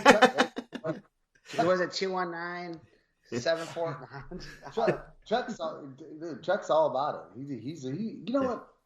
Chuck is literally, he's trying to sell it. I mean, he really is. He's trying to get more officials out there. But, for whatever reason or another, we just, in our state, we're struggling a little bit. Yeah, I think that's every sport. Okay. Looks like they have made it a 10-point scale now, which that should help. That could be actually that's probably a little bit better as far as, and Nick just put it in there, a ratings. So a 10-point scale makes me feel better about giving a guy an 8 when, or a 9. Or money. So they said 10 points. I mean, I don't rate anybody, so yeah, I don't. Luckily, I'm not part of that. Somebody said where the money is or whatever. I don't know. You're right. Yeah, I don't know. So I don't know. Anyway, but anyway, it's tough for our sport. It's tough for our sport. It is because with the new. How about this? You guys, you guys probably talked about it. The new point system. Yeah. I mean, the 3-point takedown, Joe, and the back points. I mean, to have officials, I mean, that understand the sport. I could go on and on and on about it. The bottom line is, it's important. You get 1 point of contact in bounds, that's it. Do you have a favorite official? You don't have to say their name. I don't want to hurt anyone's feelings. Well, since Coach Link was my coach. Coach Link's your favorite? Nah. I love him. You like Jake? Jake Rodriguez is your guy? J-Rod retired. He's going to stay principal. I don't know. There's some good officials. There really is. But I like fastball Fred Sanchez. He was my assistant principal at IndianaMat. He was wasn't he a coach? Yeah, he never coached. But he was a coach. He was a coach at IndianaMat before, yeah. Fastball Fred, they called him. No, you don't. They don't call pins like Greg Moe calls pins. Yeah, ask for Tor. No, that wasn't. That wasn't. No, he didn't call. We're not gonna. Sure. It wasn't Greg Moe that called no. that. Different bald-headed guy. You're mixing up your bald-headed guys. From the Fort Wayne area. He's not in the Fort Wayne area anymore. No, not anymore. He got excommunicated. Yeah. You might be in the Brownsburg area. I'm not saying, man. I'm not. He used to be a police officer. I'm not trying to get a ticket. Don't worry, I got Hector to get you out of that. You're gonna get it, man. I thought I could get all these little tickets because I knew Cindy Hughes. And I got Hector Mendoza to get us out of that. I'll try. That's funny. Oh man. Ken Jaw said, "Give me Frankie." I believe that. I bet Cathedral does want that. Oh wow. I bet Derek would disagree with that. For sure. I'm not 100%. I'm not gonna do this. I'm not 100%. I feel like there's some guys that aren't happy with my officiating criticism live on air sometimes. So I'm not gonna. But yeah, but I think that's an overall problem. So yeah. If you're ever wondering, I like Mountain Dew Zero. Bring on Mountain Dew Zero. Mountain Dew Zero. That's all I care about. Mountain Dew Zero. So that's it. Not wrestling. Not like just Mountain Dew Zero. That's it. What did you used to drink? You used to drink like Crush Zeros, like Orange Crush Zeros. Orange Sunkist Zero. Yeah, Sunkist Zero. I switched to the Mountain Dew Zero. All right. So back to the injuries thing. Also, Aiden Kincaid, he is out for the season with an injury. So because Luke J just logged in, trying to get us out of tickets, man. His ears were ringing. Who? Becos. You got us? Yeah, Yes. yeah. Aiden Kincaid. I'm sorry. Sorry. So Kincaid was. What were you saying, Joe? I said Aiden Kincaid is out for the season. Another tough injury, so hopefully he's back. I know he sounds like he has a pretty tough injury, so I don't know what the recovery is, but hopefully he is back on the mat soon. So He's young. I'm sure. Sophomore? Yeah, sophomore. Sophomore. He's a good football player, right? We're trying to get out tickets, Hector. So you want to go over any results from this past week, Mike? He's a really good kid. I mean, that kid's a really tough kid. Yeah. He did a great job last year at state tournament. So hopefully he gets healthy and gets back at it. Speaking of Hector, man, we didn't even go over it last week. Jesse went on the Vegas Open pretty good. Yeah, we didn't talk about that. Yeah. Late takedown for the dub. Jesse's looking pretty darn good right now. I did tune in to Joe and Rex on the call. Put me right to sleep. All right. Yeah. Hey, I'm going to be a little biased here. Jesse, I don't care. Jesse Mendez is obviously he's from Indiana. You guys, hopefully everybody here is probably that kid, but I think they are. I mean, this dude just finds ways to win. You know, he just finds the ways to win, and he's representing Indiana well. Super proud of that guy. You know, obviously I'm close with his family and whatnot, and Jesse, but hopefully everybody in this goddamn state is part of my languages. I know, man. You said more cuss words in one show than we've done the last 10 years in 186 episodes. Just root for that guy. That guy's. Tony got the invites to the house party all the time. That's a tiger. Yeah, I know, like, good kid. I mean, he's a great kid, man. I'm happy to see him succeeding. Always well spoken in his interviews. I know his interview about Sammy Sasso afterwards was really good. Uh, we obviously we know him. He went to IPO every year until he started doing Who's Number One, and then obviously that trumps IPO, I guess. Did he win IPO every year, Joe? Four times. He didn't go the last year. He didn't go for his fifth because he went some Who's Number One tournament. Who has the most? Does he have the most IPO titles? Yes.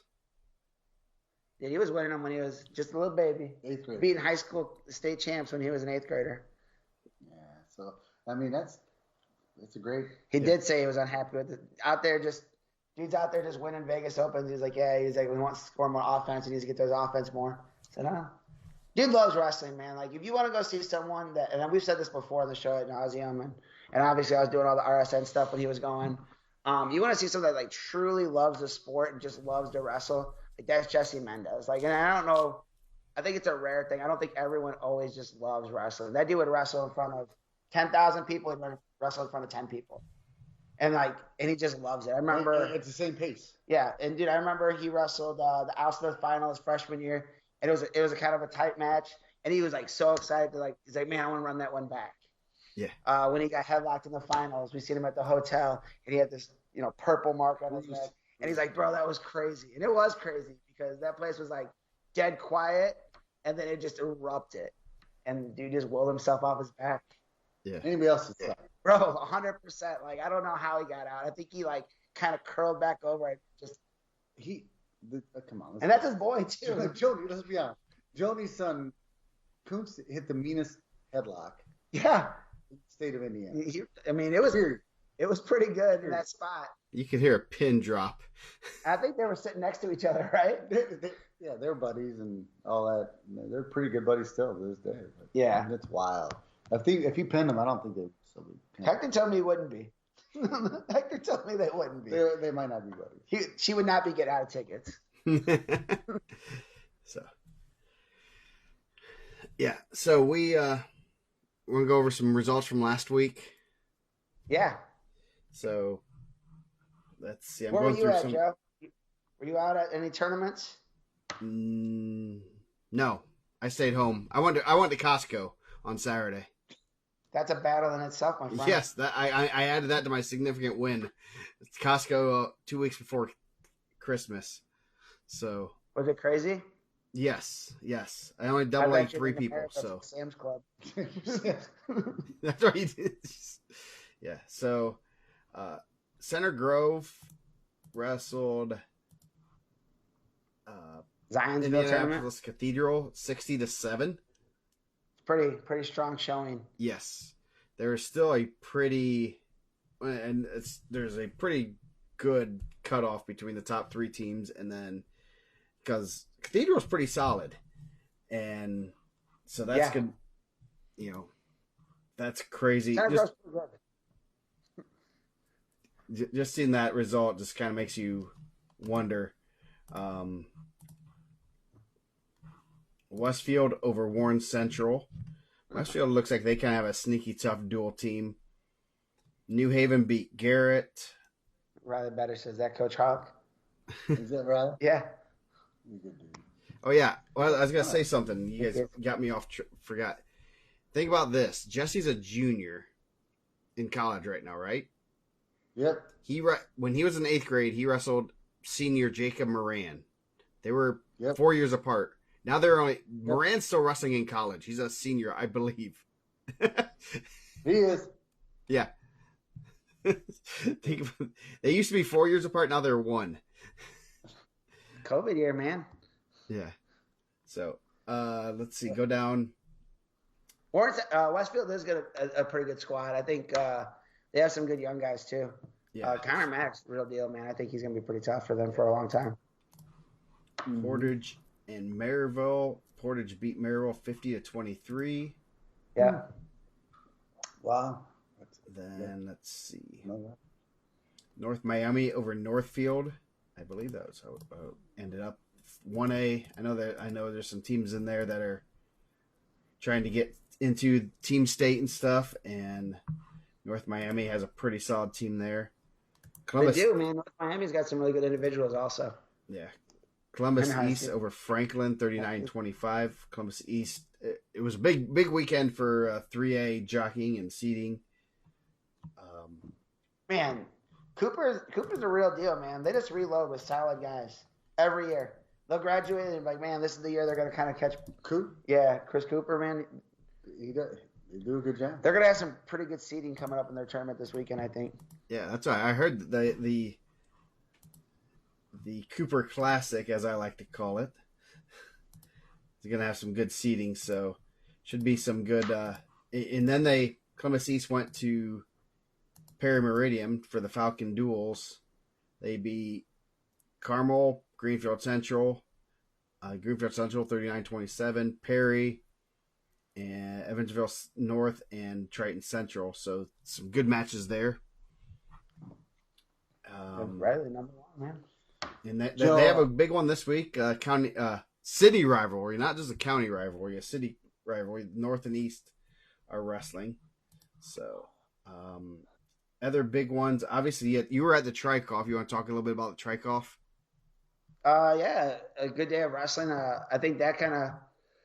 I got there. I didn't get there for the first round. The first round is usually pretty quick, but there were some good duels. Whiteland and Hanover Central looked like it was a good duel.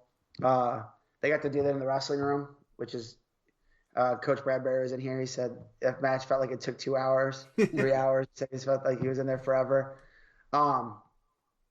Lowell beat Portage, and then they beat New Prairie, and then they beat Franklin. So Lowell's pretty good, man.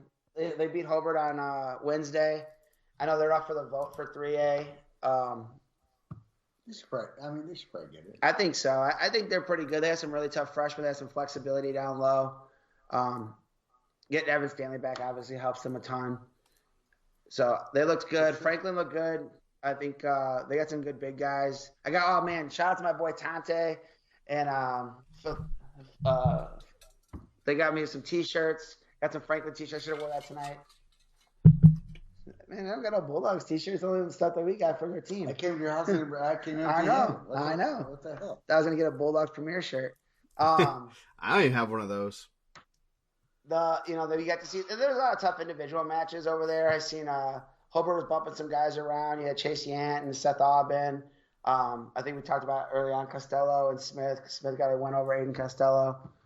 Mishawaka's in that top 8. So then upstairs they have Lake Central, Valpo, Hanover Central, who I know is up for a team vote in 2A. We skipped right over Mike Morgan and the Purdue Polytech. Are they the Techies? Yeah, they got a big job this week. The Techies had a good tournament at Bishop Chatard. They beat Bishop Chatard. And yeah, they are. I believe they're a 2A possible vote in. So we have not seen the final list of who's votable. So that should be very interesting to see when those goes. I know you're on the voting list, so you're still waiting for your list. Are you? I am. I'm in there. Mike takes bribes. What's your address? 18486, man. Sandusky Drive. It's a good collection of people, and I think it's from all over different areas. So. You get a pretty good mix, and those guys kind of see different people.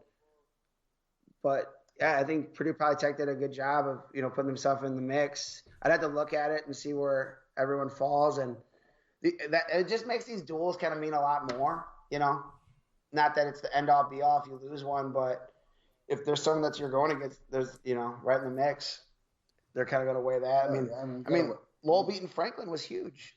They got a win over. Portage beat Mishawaka. They got to win over Hobart, who's in. I mean, Franklin's up for the bid. I mean, New Prairie's in on the 2A. Mm-hmm. So, yeah. With us, Lowell's wrestling well. Yeah. They're in our section, our regional, and there's, so at the end of the day, we'll keep an eye on those guys. Those guys are good, man. Kevin's doing a good job for us. Homewood had a huge weekend, too. They got a win over Delta. Homestead. Yeah. Yeah, Homestead over Delta. That was a good win for them. And yeah, that's I know they're trying to maybe get one of the last spots at 4A. So yeah, and the 4A one's tough because you got some. It's kind of tough to go past some of those traditional powers because I think sometimes those guys can get the benefit of the doubt, but I mean the results speak for themselves, you know. Yeah, I know. Homestead will be at Penn this weekend. They'll see Penn and New Pal and a couple other teams down there that can. You win in there, you can really solidify yourself to get in there.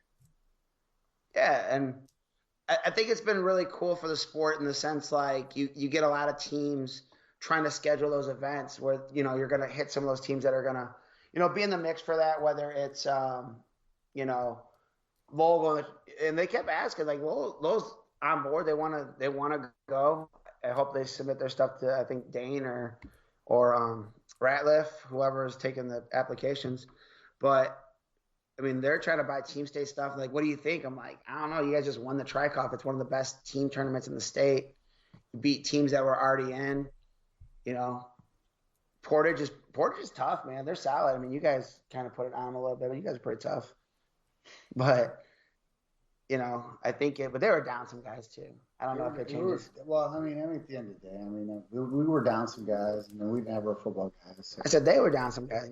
Yeah, I'm not making excuses for you guys. Kind of were a little bit. Not you. I'm making excuses for them. Kind of a little bit.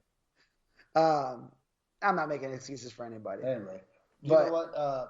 Acuna's doing a good job. Yeah, he is. I don't think he was there this weekend though. I think Wilkins was in the chair. To be honest with you, Junior's been traveling around. One of the things that people like off-season stuff. One of the things that people don't understand is like, what are you doing in the off-season? I would tell you, Junior Acuna was traveling around with his kids pretty regularly. So I'd say he's done a nice job with this program. No different than Kevin, what he does, and Porter's just tough. They got some really good kids. And I think they lost a couple kids that were on their middle school team last year. We live in a weird area where you can kind of – I mean, do you guys lose a lot of guys to Ohio over there? No. Mainly because the area in Ohio isn't very good with wrestling, so it's a lot of small schools. And, yeah, I don't really recall losing, at least up here. I'm sure maybe down by, like, Lawrenceburg and stuff like that, they might lose some to like, the Cincinnati area. And I don't think any of our guys creep into Ohio or Kentucky at all, right? If those guys are there, they're really going to. They more come up here than go down there, other than Nathan Boston. Yeah, and we know obviously we have a legend across. I mean, you guys were coaching together for a long time. A legend across the border at Mount Carmel, and a lot of those guys train at Region, and it's kind of like a nice, go train with your coach. Go over there. They wrestle a good schedule. There's a lot of tradition at Mount Carmel. I mean, they got Olympians, they got, multiple champs, NCAA champs. So and they'll be at the Carnahan. They're going to be at the Carnahan. Someone put that as one of the biggest rivalries now. You know what? Yeah. Mount Carmel, Crown Point. Those are pretty heated duels. They are. Yeah, pretty exciting. They can get you this year or no? I don't know. Is it at your guys' place? It is. Can't lose them though. What do you guys call it? What do you guys call the gym? Dog pound? We get dog pound. No, you don't. Do you really? Oh, now we do. Okay, well, there's a guy on the board. I don't like to talk about him on here because I don't like to give him any kind of credit, but he likes to go by dog pound. Listen, that dude loves us. That's all I can tell you. That dude loves us. Dog pound red, Joe. Dog pound red. No, don't do that because I don't want. I feel like we give that knucklehead too much love on the board already. Yeah. You're probably right. You probably heard us more than he helps us. Right? I know. He's such I a don't good know. guy. He's such a good guy. I have no clue. Does he hurt you guys? I mean, you got to live it. He helps us. I think when he's on there, our views go way up. Our advertising revenue skyrockets. This, like that, goes up. Every time he posts, I'm like, yes. There's another $20 ad revenue. Yeah. Yeah. He's. You know what? That's funny you guys say that because everybody has their. Yeah, it is what it is. I don't even want to. I don't want to. It's like a jinx thing, right? It's like that's what they're saying. Yeah, it's like Brewer keeps saying it's like a jinx thing. You got a guy on there that he truly cares about, obviously us, but at the end of the day, it's like he doesn't realize maybe sometimes he's He's not doing us any favors. But at the end of the day, that's who he is. I mean, he's all in. You love your team. I mean, just like you like the Steelers. Team. I mean, yeah. You're the DPR of Steeler fandom. Is that you? That's me, baby. You will defend the Steelers to your death, right? Oh, well, listen, I'm from Pittsburgh, Pennsylvania. I mean, you might I mean, if you were born in Pittsburgh, Pennsylvania, you did two things. You wrestled and you played football. That was it. Basketball, there ain't no professional basketball team in Pittsburgh. It was wrestle, football. They probably make steel too, but yeah. They made a little steel. They made a little bit of steel also. And God bless, hey, I'm going to throw a shout out to my dad because why not? I'm here. Yeah. Hey, man. Sure. The dude was 72 years old and just retired last year from the mill, from the steel mill. Nice. I mean, come on. Out there making that money, boy. Out there making that money. But at the end of the day, I mean, that's all we did in Pittsburgh. We wrestled and we played football. That was it. And he loved the Steelers. So at the end of the day, I mean, steel curtain, baby. That's all I can tell you. Steel curtain. Talk about Hawkins. They're saying it's you. It ain't me. Hey, I read these texts. It ain't him. It's not me. I would never do that. That is some. It's Landon. Oh, I'm not setting my team up for failure. Not at all. I remember you had a wrestler one time was changing people's profile pictures, and then he accidentally left his phone on a table right in front of me, and he had to ask me for it back. That was fun. Initials AB. Yes. He might be might wrestle for IU now at this point. Dude, I'll get the bandit shirt. We'll wear it next week. I still got it. my Benny Dalton State shirt. Hey, can we throw a little shout out to Riley Beddick, ranked number 1? Yes. JUCO, come on. Very good. Ranked number 1. Indian Hills, Coach Spree. Remember? Do you remember Matt Herford from Culver? Yeah, I do. That was his coach. Herford went to a different school, but Spree, if you look at their roster, they're loaded with Indiana kids. And Spree, I talked to him one time, and I'm going to give him a shout-out. Bedich is going to love this. I'm sure I'll probably get a text from Spree. But Spree talking to him, he's like, man, there's so many schools in Iowa that have wrestling that's so hard to recruit, especially for junior college. Yeah. And so he's like, I need to find different areas, and he's been picking off Indiana guys like it's it is his job. So he can sort of like it as his job. Sounds like it's his job. Yeah. He had Riley's doing really well. Yeah. Let's see. That's last year's roster. Had Peyton Asbury, Bryce Coleman. Who else did he have? Obviously, he has Bedich. Man, where's the? Come on, you guys gotta have a better roster here, guys. Shout out to Blake Portman too. Here we go. Justin Brown from Floyd Central, Bryce Coleman, Jaquan East from Kokomo, Keaton Morton from Perry, Gavin Whitehead's on their team. Bedich must be listed as Michigan or something, but yeah, so they got quite a few Indiana guys in there. So Coach Spree, he definitely loves to come to Indiana and pick off some guys. And Adam Foz is his assistant coach, and I believe he wrestled at Indiana Tech. He's a Michigan guy, and I believe he wrestled at Indiana Tech for a little bit. But that's pretty cool to be able to see it. And I gotta follow them more on to give them my rep Indiana stuff. But that's pretty cool. And if you look at their roster, Ohio, North Carolina, Michigan, Georgia, Illinois, Bryce there. You know, very many. Egypt is the guy from Egypt. So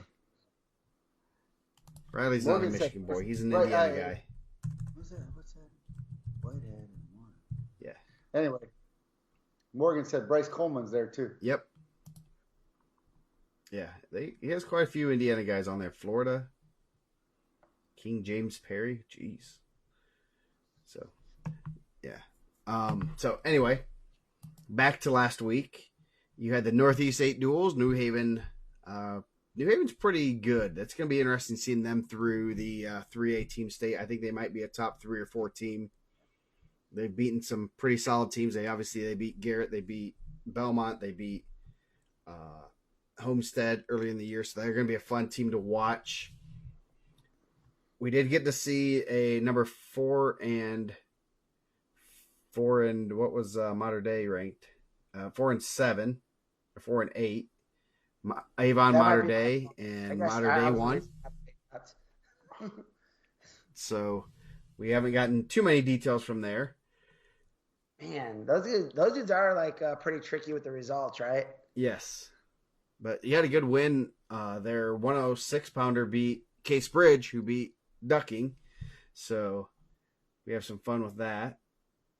And that's Alden Walker. Shout out to him, man. That was a good win. That's a really good win, especially with Bridge coming off a huge win on was that Thursday? Yeah. That was streamed live too by IHSA Network and the Brownsburg students. I like listening to like some of the other guys do some announcing and just hearing some of the stuff that they say. I think it's pretty cool. Yeah.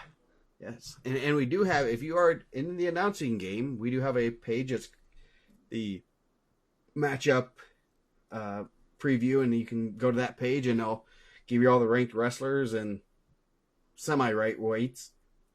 A lot of information, common opponents. So check that out if you and you can make your own matchup. You can even do fictitious matchups of the teams and see what it gets updated every time we update rankings and stuff. So that can be kind of fun for people to take a look at and compare teams, especially when you're.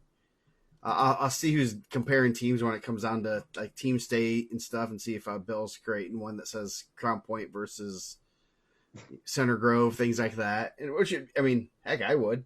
It's kind of neat to see the changes and stuff that happens there. So sure. So that last week, Jim Nicholson, Penn won that. Someone said that it's Penn and New Prairie this week, which I think they got a nice little rivalry brewing. There was a little tension at semi-state last year, a little chirping between those guys. I think Penn, New Prairie, and Lowell, Michigan wrestle. Really? Friday night. They said that Penn's sending their B team to wrestle. I don't say B team, not like that. Their varsity too to wrestle New Prairie. Yeah. New Prairie look good, man. They have some solid individuals. Tough. Yeah. Like shout out to my guy Dan Luther. Yeah, so that should be, that'll be a good one. And then, so that was pretty much the big stuff last week. This week, we have the Carnahan, obviously, Saturday. Talked about, we dug into that a little bit. Yeah. We did a little dig into that, Joe. Some of the good duels, you got the battle for the city of Indianapolis, Chittard and Bishop and Cathedral. You have New Haven versus Adams Central, another ranked team. They got some Cathedral guys at Bishop Chittard coaching. What? I said they got some Cathedral guys at Bishop Chittard coaching. Yes. Yeah, so that should be good. It's starting to become a good little rivalry there. New Haven. Those are my guys out in Evansville last year. Yeah. Joe, possible Indiana matchups this weekend at Carnahan. What possible? Oh, let's go. What we got? Well, let's see. I mean, anything. Just Indiana guys. Just Indiana. Ducking Westfall. Bridge Ducking Westfall. Pretty good. Bell Strayer. Oh, Ducking Westfall and Bridge. Yeah. They could run that back. I gotta add them to this list. Bell and Strayer, two freshmen. Yeah. Bell. Shout out to Ian McVicker for a big win. Mississinawa. We don't get dude. I see it right here. That's John it. McVicker. I see it. Tech Fall. Yeah. We don't get a lot of Mississinawa love on here, man. It's Yeah, fun to say too. That's a big win, and obviously we have him in the rank, or we have him on the list. But then it's like, so how good is this? And obviously put in some good wins or good off season and did a lot of good things there. Dickman and you got Kate Jackson at 13 also. Dickman and Lewis 1 and 2 with Mason Gills. Aiden Bollinger's probably in there. Yep. And Flynn Douglas. So 4 pretty good Indiana guys. 26 is loaded. And you got Griffin Ingles. Owen So Ingles. 5. Owen Ingles, yeah, sorry. You got Rio, Gendris, and Boyd. Yeah. 1 and 2 at 26. 1, 2, and is it Bollinger's 3 or 4? He's 3 at 120. Are they? I mean, they've been wrestling up. I don't know if they're gonna. He's 1, 2, and 4. 26 is pretty good. Yeah, 1 and 2, and 5. It's pretty good. Chase Yant's not going to be there for Fishers. 1 and. I mean, Ryan's going 38, but they said he could go 32. So you got 1, 3. So 1 and 3 there, and then 12. Then 44 or the other 3 big, and 4. 44. 3, 4, 6, 8 at 38. It's pretty good. Let's see, where you at? You're at 150. 144. 144. Yeah, no new additions there. Just Gibbs and Haney. Yep. 50, Reynolds, Baca, and no other And they addition. said Sarah's not going, right? Yeah. So then 57, Day and Van Tichel. They were the ones that wrestled like 2 crazy matches last year, didn't they? Is Griff going to be at 57 this weekend? Griff should be at 57 on Saturday. Yeah. So, yeah. It was Day and Van Tichel wrestled those crazy matches at Team Staten, right? Yeah. Yeah. TJ McMurray in the house. I just met TJ McMurray's dad. Good dude. TJ. Sean, I think Sean was on there too. Yeah, so at 65, Major. Major's the only one there. Rep Indiana, boy. Let's go, man. 75, Xavier Smith will be the only ranked guy there. 90 should be fun. You're going to have Gunner, Reading, and Stebbins, and Chris Quarles. Yeah, Chris Quarles had that big win too over Alec Tatum. Yeah. 215, Brewer. Brewer. Brewer, Reading.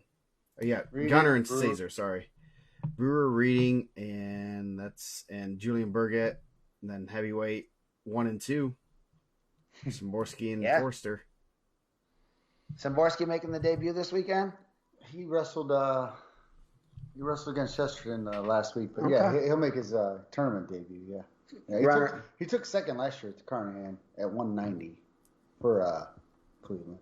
So tough kid. Pretty good day for even Indiana guys, and that's without the out of state guys. Yeah, that's gonna be a fun. When will brackets be out, Bill? Tomorrow we track wrestling. We're asking them to put their track wrestling entries in by end of today tomorrow, and then we can try to seed this damn thing. Yeah. Good luck. Pre-seed it, and then Friday night we'll have a seed meeting and see what happens. See who actually shows up. Yeah. See who shows up. Yeah. Get the Irish to turn. Did we invite the Irish? What are they? They're probably at the city tournament. They have the city. They got to defend the city. They got to defend the city, man. Listen. I reached out to the Bailey. The Baileys know. You came in. I thought you were gonna rock that Outlaw shirt. I said repping, bro. I had it on. I had a T-shirt on, but those are my guys. The Brian Bailey and his family. Those are my guys too. They're awesome. Grandma Bailey. She's one of her favorites. Yeah, she's an OG fan of Guerrilla Radio. She was loving Guerrilla Radio before it was cool. Yep. Yeah, before we called it Guerrilla Radio. The Baileys are great people. Great people. They love. I know this. They love Indiana wrestling. Yeah, they do. Yeah. They love Indiana wrestling.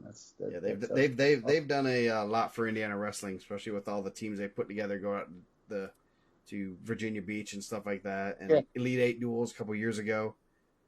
Kind of got asked like last minute, and they put together a team that got Well, I got to coach, Joe, you'll like this. I got to coach a Virginia Beach team this past summer with half the team was Brownsburg,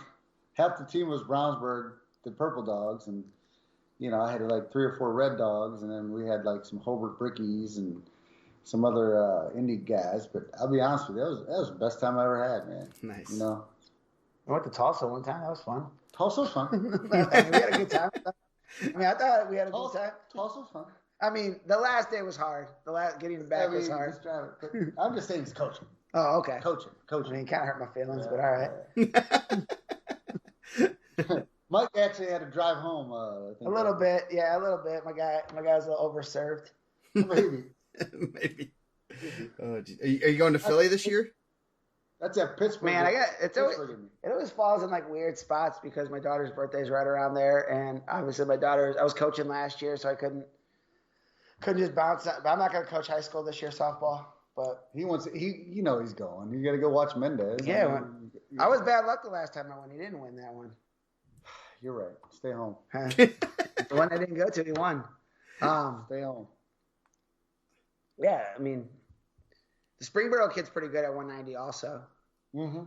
So he's a Delta kid. Delta kid's good at 190, I think. Yeah.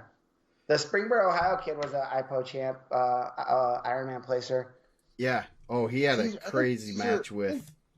Joe, at your tournament, didn't Caesar wrestle the Delta 90 pounder? There's a website for that. That one's track wrestling, I think. I think the website for that one, that's actually track wrestling. It's just freaking tournament. I'm not lying. There is a website. Let me check. Let's see. I think what does Gavin Genders want us to rank? To skip ranking fries? Yeah, he beat Stebbins 11-10. Caesar did. Very good. 11-10. And he's there. I think he's coming. He is coming. He said he wants that rematch. With them 2-3 seeds right there. Actually, no, they'll be because the Ironman champ or guy that beat the Springboro kid probably will be number 1, right? Maybe. I don't know who else is coming at 190, but the Springboro kid, Kowalski, he beat Gunner. Yeah. So that should be 1-2. I would assume those are 1-2. I don't know who else you're bringing in. And then you'll have Caesar and Stebbins. Man, we can't invite. We're not going to invite Ken Jota. Ken Joel can't come to. He cannot come to the Carnahan. No. Steak and shake fries #1. Those little baby things. No way. Oh no. Those are no. So we get into these fries things you're talking about. Sounds like everyone wants to get these fries out. Let's get the fries thing out of the way. We got some regional people here. We got indie people who are gonna like Sarah's. I'm for sure gonna look the fries. Yeah. Sarah's like the fries. Man. So so last time we were just jumping around. Are we gonna go like one and then like I'm gonna do one and then Bill's gonna do one? I got my favorite. Dude, we already talked about this. I got some input from my daughters. We're all on the same page. They're kind of fry connoisseurs. We'll let the guest of honor, Bill, go with his shirt. #1. We'll let him go first. Right? Tupac. Mike's daughter just came out with a Tupac shirt on. I kind of like it. Nice. Wow. Anyway, so shout out to my boy Triple B. He said when he was in the state finals, he was trying to wear a Tupac beanie. They took it off his head. Did they really? Yeah, he just snatched it right off. So you're gonna give me the first vote on the fries? Ooh. Yeah. That's a good one. I didn't think about that one. What? Those are good. Raising Cane's? Raising Cane's is good. Yeah. Raising Cane's is good. So these all potato fries, correct? These are potato. Yeah, potato fries, and they can be waffle fries, they can be steak fries, they can be anything. Yeah. Any potato. Because I'll say right now, if it's a sweet potato fry, I could find any 5 places with sweet potato fries. I'd be top 5. I'll take sweet potato fries over. Nobody's really going Taco Bell. Dude, that's what I said. Those are sleepers, bro. Those nacho fries with the cheese. That is a sleeper pick. You cannot go wrong with. I'm going to give you my pick. You can't go wrong with a hot set of salted McDonald's fries. Bill's going McDonald's #1. And I'm from Pittsburgh. You can't. Pittsburgh food's pretty good too. But you can't go wrong with McDonald's hot salted fries. That's it. Number one in my book. I guess I will just comment, and I'm going to say McDonald's will not make my top 5. What? Hey, man, to each their own, right? Each their own. I do like. I will say though, I will eat them if they're piping hot. If they're straight out of the fryer, still dripping grease, that's the only time to eat McDonald's fries. Okay. That's my hot take. I have never liked McDonald's fries like since I was little. Ever. Never. Even people be like, "Oh, you want some fries?" I go, "Nah." I really didn't even like fries. Period for the longest time. But I still will not go out of my way to really eat fries. But Mike's probably going to go deeper into the region here. Yeah. I mean, I'm not going to go too crazy, but are you going on me? You can go. Dude, I'm going number 1. I'm going waffle fries. Dude, I like Chick-fil-A waffle fries. Get a nice even crunch over it. I think they're pretty fire. You know? I'm going to make that too. That was probably what I was looking at. I like the waffle fries. No, that's just, you get 5. Dude, it's random. Someone's going to trash us in there. Look, I got Sarah. Oh, Shoops. Like, generous with the Shoops loaded fries. That's how we know you're wrong, bro. Oh, man. Gavin Gendress said Red Robin, McDonald's, Five Guys, Shoops loaded fries. Man, Red Robin. He ain't lying. Those are going to That's a good ranking. I like Gavin's. Other than the McDonald's. I'll take any of those 5. So I might steal a couple of those now. 2. My number 2. Shoops is good. Shoops loaded fries are good. The Irish nacho. Do you have Shoops in Fort Wayne? No way. I doubt it. No, we used to have one in Warsaw, but that is now a chicken place. So yeah, it's not Shoops. Rallies, Javier Salas, Rallies fries. I haven't had those for a while. Hey, I was gonna put Rallies on there, but you gotta like be in a hood to get a Rallies. That's when you know you gotta lock your doors for real. if you're at a Rallies, there's a good chance. Double drive-through. There's a good chance. Yes, the double drive-through. You might also, in a rough neighborhood. Yeah. There's probably someone standing outside a liquor store. That's all I'm saying. What about a Checkers? Checkers and Rallies are the same, man. Yeah, yes. Wait, Popeyes. That's the downtown Indy. Dude, hey, I know there's downtown Indy. There's one on 4th Ave in Gary. There's one in Hampton. There's some in Indy, too. There's some in Indy, too. So, all right, what do you got for your second, Joe? What was your second? Dude, I'm going to go with curly fries from Arby's. I like curly fries with Arby's sauce.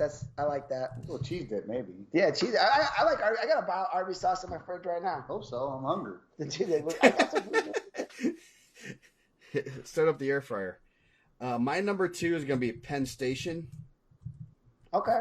Fresh, and the only thing I like them hot. They're not as crispy as I like them, but the freshness can't get past that. So. All right. They should. We got number 3. We can pick the same ones. It doesn't have to. I actually like. If you want to know the truth, I'm old school. I'm the old Joe. Burger King. Yeah, Burger King fries. Bro, man, I feel like Burger King and Wendy's changed their fries for the worst. Though. I don't know. Wendy's is good. Wendy's old fries are better than the new ones. I think the new ones are garbage. I'm going Wendy's. All right, I'm going Wendy's. Oh, you're going Wendy's. Changing your pick. Okay. I changed. I'm going Wendy's. Yeah, I will agree. I like the little bit older Wendy's fries. But, yeah, So, where are you going with, Mike? I'm going Five Guys, Cajun fries only, though. Ooh. I've never even tried the regular fries at Five Guys. I've only gone Cajun fries. So Cajun fries at Five Guys, that's me. Stephen May says, Rallies make your passenger roll down his window safer for you. What did he say? He said, make your passenger roll down his window safer. Dude, they ain't lying. Like, you ever had to order across somebody? It's an experience. Yeah. You ever had to tell your passenger to order for you?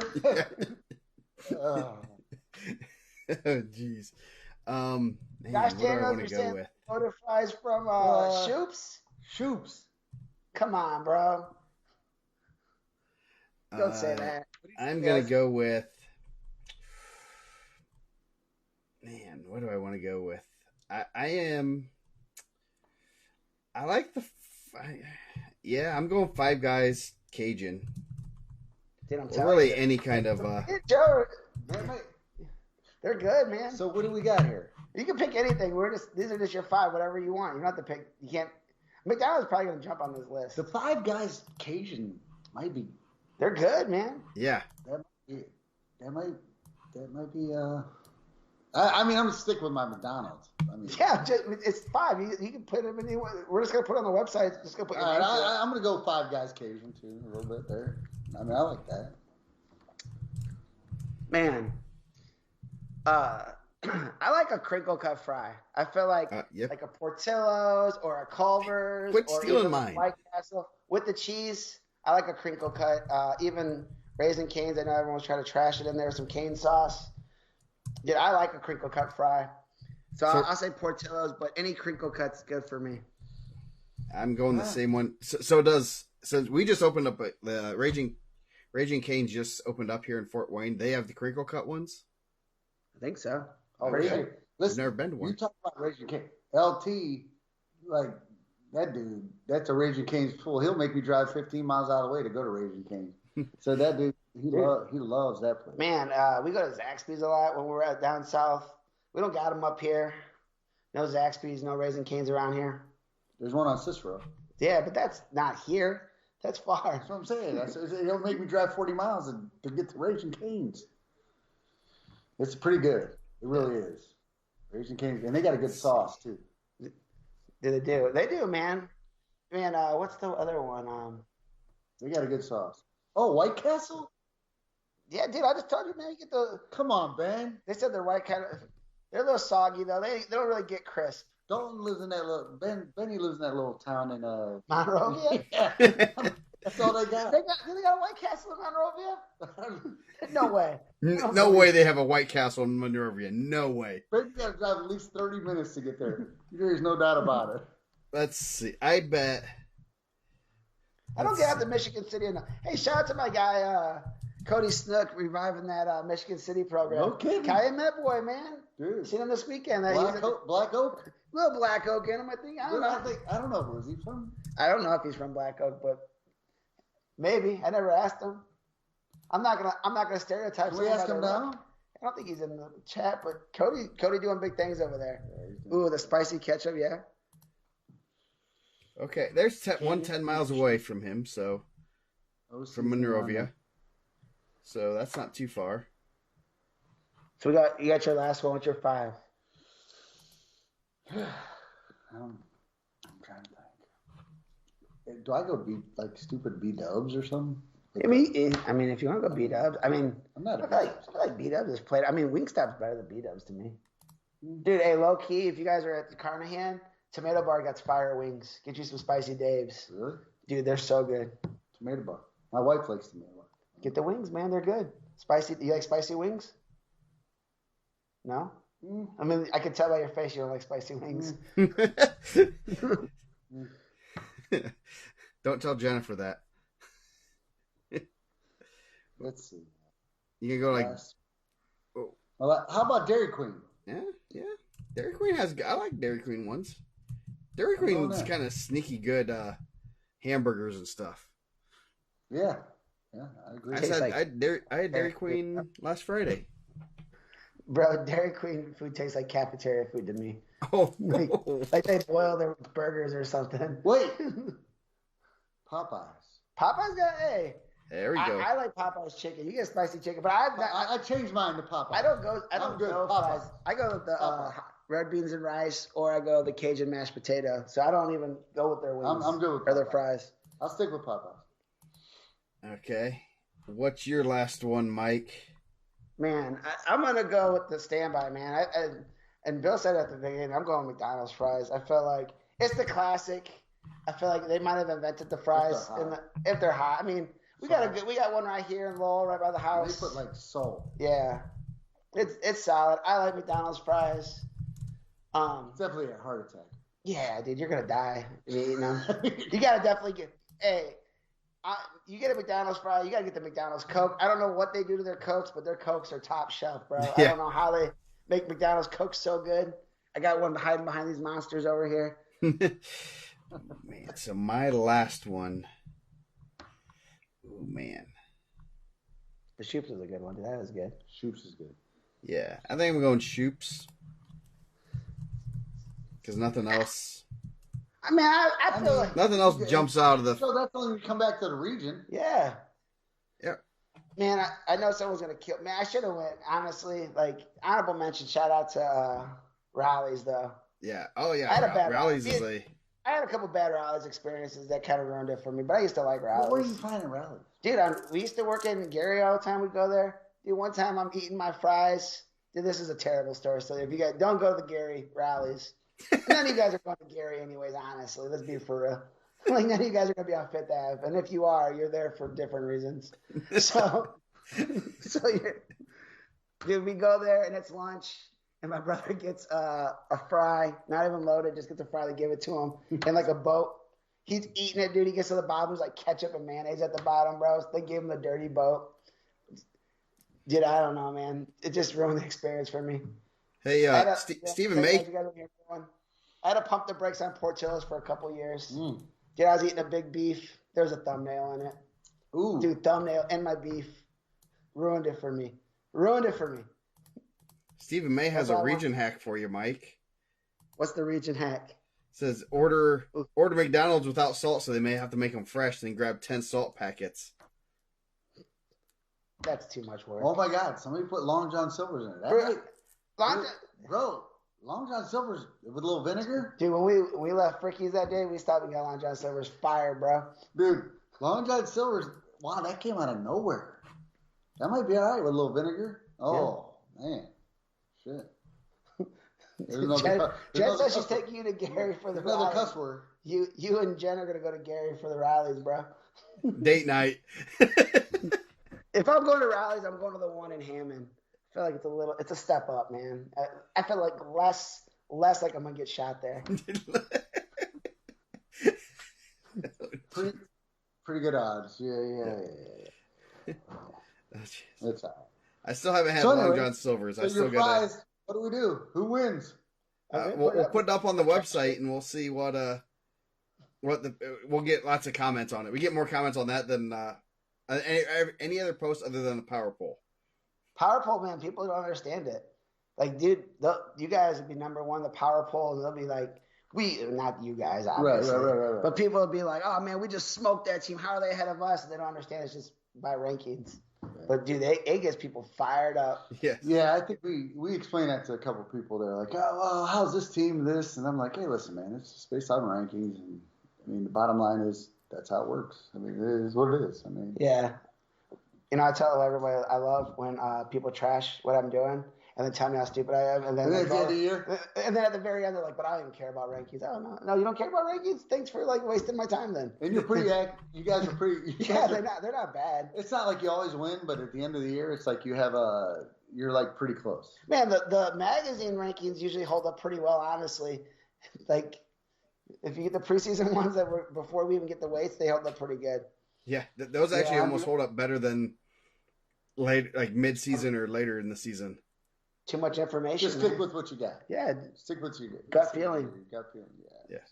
It's interesting. It is. And, you know. Low key, I'm going to tell you guys a sleeper pick for the fries.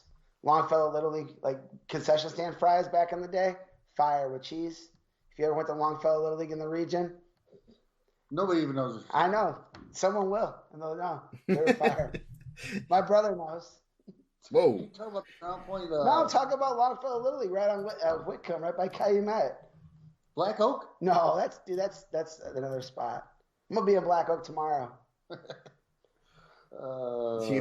gonna be in Black Oak tomorrow at a Christmas party, but at the Hard Rock. You know, there's probably like, in all honesty, there's probably like some really good fries at places that we know that aren't famous. Like people probably got fire fries that like someone's got like some truffle oil fries at their like restaurant that's probably so good. Yeah. We're just talking about like regular fries. We're talking regular fries. So don't be a hater. Just pick your regular fries. Yeah, don't come at me with like, Well, I go to this place in town. Yeah, in Chicago, I go to this burger place and it's got the best fries ever. I'm like, okay, great, man. Yeah, good for you. Never heard of it. Been there, never. Well, any dive bars are always gonna have good fries. How's the world's oldest bar in Crown Point? Fries good there? Fricky's? Does Fricky's got fries? Really? Someone told me, and I told someone they knew exactly what I was talking about. They said, was there pizzas out? There was no pizzas out. Pizza's good. Do they put pizzas out? I didn't get pizzas. Fricky's pizza's really good. Bruce, pizza's really good, bro. Dude, so that's where we're closing. Shout out to Bruce, who owns Fricky's. It's an experience, man. You guys come in town for the Carnahan. Yeah. We'll go to the oldest barn. We'll go to the court, and then we'll catch a bowl. We'll go bowl some lanes at dart, bowl, whatever you want. Smoke cigarettes. It doesn't matter, bro. I didn't even know you could smoke cigarettes in bars like that anymore. I seem to be smoking a full cigar. Not a black and mild. I'm talking like a full, not even a nice cigar. That was like 2 weeks ago. Dude, Duffy's Food in Valpo's fire. If you're in Valpo, they got good wings. Josh isn't lying about that. Yeah, they're good there. They're good there. Yeah. So, any other, I guess we'll go over a couple things from this week. Oh, yeah, we jumped that, huh? Yeah. Good. Okay. Let's see. Zionsville, Avon, Floyd Central at Bloomington South. That'd be a good one. Yeah, that should be another good 3A matchup. The thing about 3A is amazingly a lot of the top teams hit each other before team state, so you get a little bit of They're doing it right. I was trying to find the list of people that are like in the mix. I couldn't find it. Yeah. I know, Steven. Did you pull it off the main page? Me? Yeah, you. I mean, there's only a couple of people that can pull it off the main page. It's like you or me or who else? No, it might be like page 2 or something. South Adams at Belmont. That's going to be the Battle of Adams County. Then Cathedral in Zionsville. And then we obviously have a couple. We have the Carroll Super Duels. That's where I'll be for a little bit at least. That's exciting. Who's there? Tell us the matchups. Yeah. You get Garrett, Eastside, Carroll, Dwenger, Heritage, East Noble. You get to see lots of legends there. Who's the Garrett? There's a lot of legends. Who's Garrett's rival? DeKalb? DeKalb's Garrett's like rival in all sports, but Garrett actually beats him way more than they should. They own a square, bro. It's like I think it's like both towns have if Crown Point and Maryville own the square. Right there. Bro, you guys can go get food. You can go get ramen noodle right in the same cell that John Dillinger broke out on Saturday. Yeah, oh yeah, you're right. You can go get ramen noodles, be right in there where John Dillinger had a fake gun, got right out of jail. It's true. I'm not lying. True. Yeah. That's the history of CP, They don't. Yeah. CP used to be surrounded by cornfields, but I mean nobody believes that. That's how the Carroll School District used to be. Carroll used to be about 500 students. Now it's like 2,500. How many you guys got?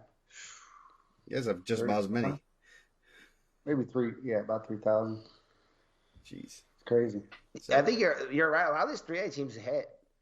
I mean, Greenfield. Mishawaka's not in, so Mishawaka will be in for the vote. Franklin Community, Bloomington South, East Noble hit some of those guys. And did they hit Greenfield Central? East Noble will see Greenfield Central, but Plymouth, McCutcheon. A lot of these teams do wrestle. Plainfield, Lowell. So Chesterton's a 3A. I didn't know that. The Henry Wilk will have Snyder, Homestead, Mishawaka, Penn, New Pal.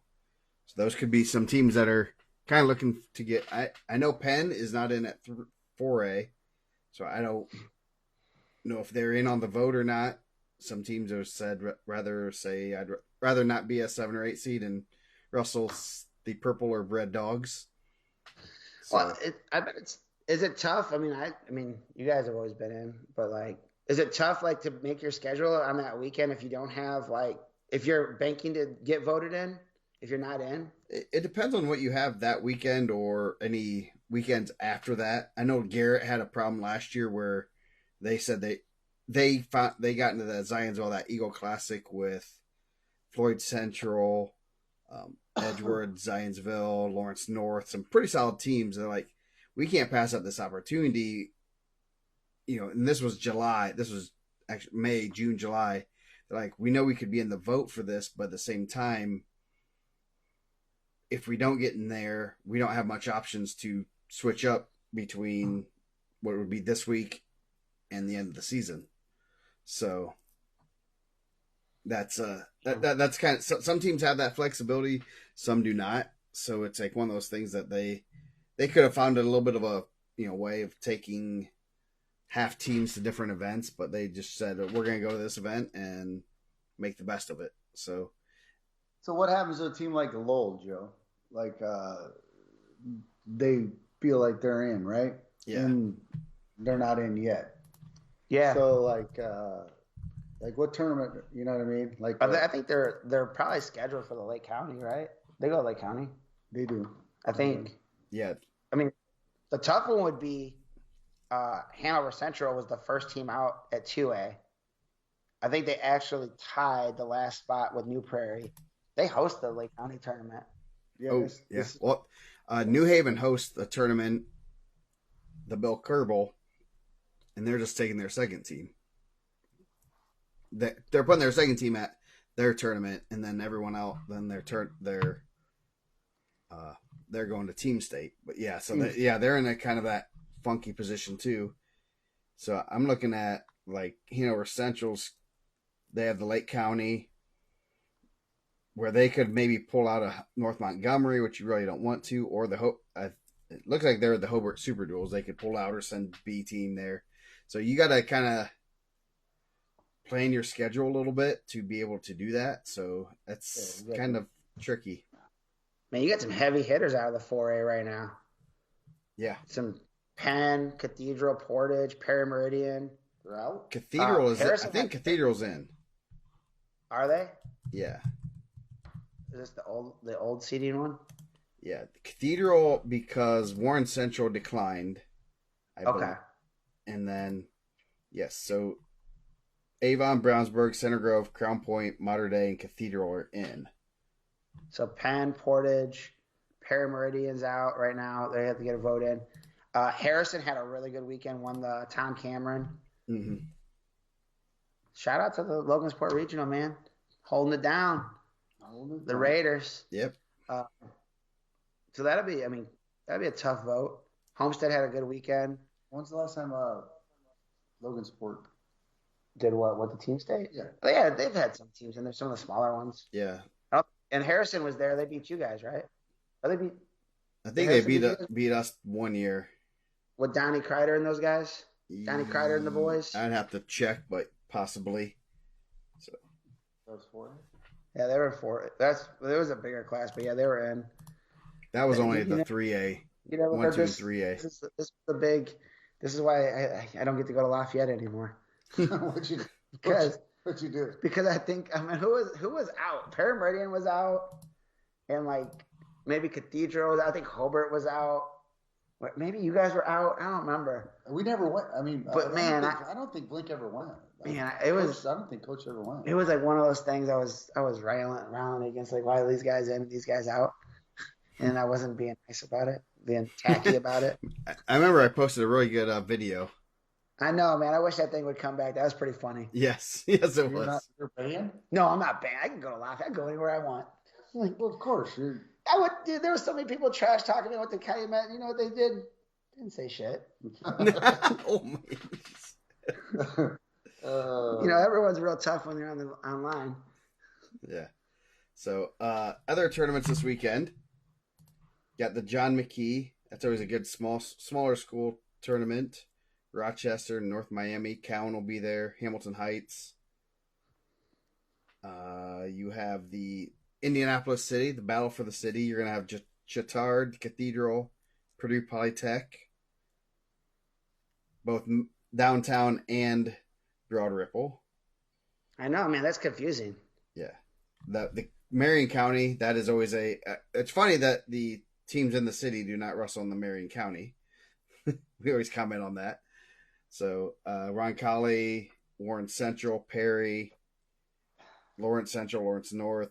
That's always a tough tournament. Always fun to see the results from there. It's always good to do that. You have a Carnahan event, I guess. Talked about that. Yeah, we've talked about it a little bit. A little bit. The Jeff Classic. I think they are back up to about 32 teams. Teams from Indiana. They have a team from Missouri, some Kentucky teams, Bloomington South, Jeffersonville, Jennings County. The Columbus East invite. I heard it's gonna be one of the tops. Where's your family? You want to know? You heard saying? The top seeded tournament of the weekend. I heard. Yeah, they reach out to some pretty knowledgeable people. So Fishers will be there without their couple of their better kids. Switzerland County, Tell City, Terre Haute South, Columbus East, Mount Vernon. Cathedral's taking some of their backups. Southridge, Cascade, Brown County. So pretty solid tournament. They just bumped it up to 16 teams. I believe it sounds like maybe next year Avon might be going there. So that I think Coach Cooper's trying to make that even more solid, and even the teams that aren't. Oh, Madison's there too. Can't forget Madison. Yeah, Matt. Dude, shout out to Triple B, man. Don't put my guy in the dark. Yep. So Plainfield's there. So a lot of good solid teams. Going to 126 at that tournament. Yeah. So kind of looking forward to Elijah. Hey, shout out to Elijah Brody. I had a bad result, dropped him in the rankings. Ed gave me the business about it. He told me they put it in wrong. Man. I got a message from Coach Hayes today, so that was on me. That was a bad ranking on mine. Well, Ed told me it might be my worst ranking ever. Okay. Yeah, no, I mean, I thought he lost the match, and I put it in our group text, and no one said he didn't. and then Ed told me I was a knucklehead. It happened. So I'll be hearing from Pendosky for a week. Yeah. Oh, and I promised. No, Eddie's guy. They said Eddie's guy beat him, but he didn't. Oh, we're supposed to go stream one of the wrestle-offs. Me and you, Joe. Live from the Carmel Wrestling Room. The Carmel Wrestling Room wrestle-offs? Nice. Yep. I think we're streaming them live. That sounds like a setup. From it. That's interesting. These wrestle-offs. We're getting down to that point where I think kind of. Yeah, you guys have to. Like, I mean, it's not just us, but I think most teams are getting to that point where. Guys moving weights and stuff. Moving weights, and the football season's over, and you're pretty much locked in now. What's that? I said usually everyone's down to their weight, or at least is made weight, and this is probably about that last weekend of trying to figure out who's going to actually make that weight that they keep telling us they're going to make. Yeah. I mean, that's where we're at. I mean, our football team was obviously pretty good over the last couple of years, so we really have to struggle with obviously who's going where, how long it's going to take. You got to certify for your weight. You got to, we have a tougher thing. People don't realize there's still some old school ways of doing weight calibrations and certifications, and we don't have that. What do you guys say? You can literally still use the caterpillar. That's what you do? No, the caliper, not caterpillar. You guys got an indoor football field. I thought maybe you guys were stepping in the water and actually. We got the indoor. You got to then we got the fancy stuff where you got. I know. So at the end of the day, it's like it is what it is, and we tell our guys, it's like you got to certify, bro. So when they come off the football field, they're like, well, what do I got to weigh to make this, or what do I got to weigh to make that? I'm like, well, they're going to measure your height. They're going to measure. They're gonna do everything, and our AD, our trainer is legit. He came from Portage, so Eddie hates you guys. Eddie had thought it's like, you got my trainer, and he listen, man. When it comes to weight certifications, let's be honest. How honest do you want to be? Well, let's be honest. Okay. It's not always honest. No, it's not honest. There's a lot of unhonest.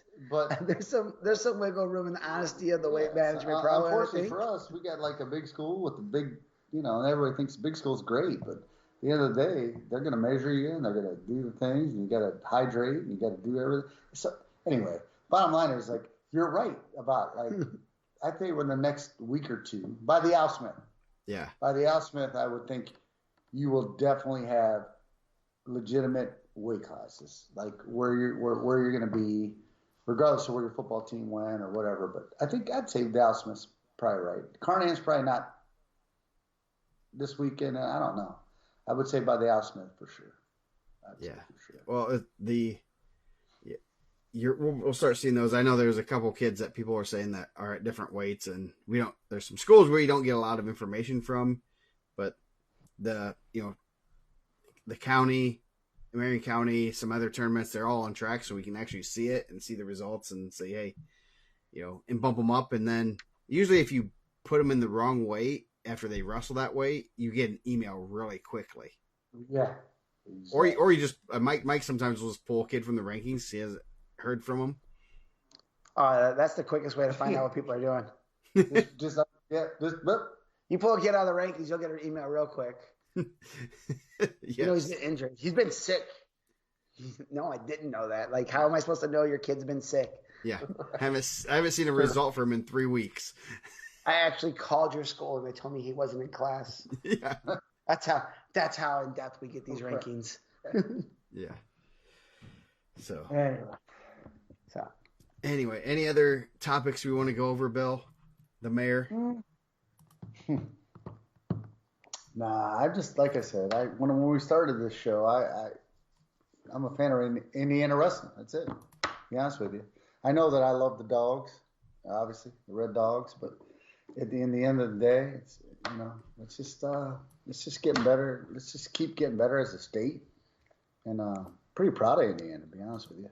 Is it? I mean, like, and I'm not trying to drag it on. It's already past people's bedtime. Is it cool now? Like, you've been doing this long enough in the club level and now at the team that you're probably like coaching against guys. Like, I know Kyle said it early on, coaching against guys that you like probably help raise in the wrestling room. Not like raise as a human being, but like that you coached when they were kids in high school. Now they're coming back. Yeah, it's cool. I think that the wrestling community, you're right, Mike. I mean, I was fortunate enough to coach a lot of these guys when I was doing Regional Wrestling Academy for 10 years with Alex. So I got to know a lot of these kids and their parents. And you know what? I think what we downplay a little bit in our, I guess maybe a little bit, Indiana wrestling when it comes to our parents and our support groups and these clubs all around the state. I mean, they're putting a lot of time in.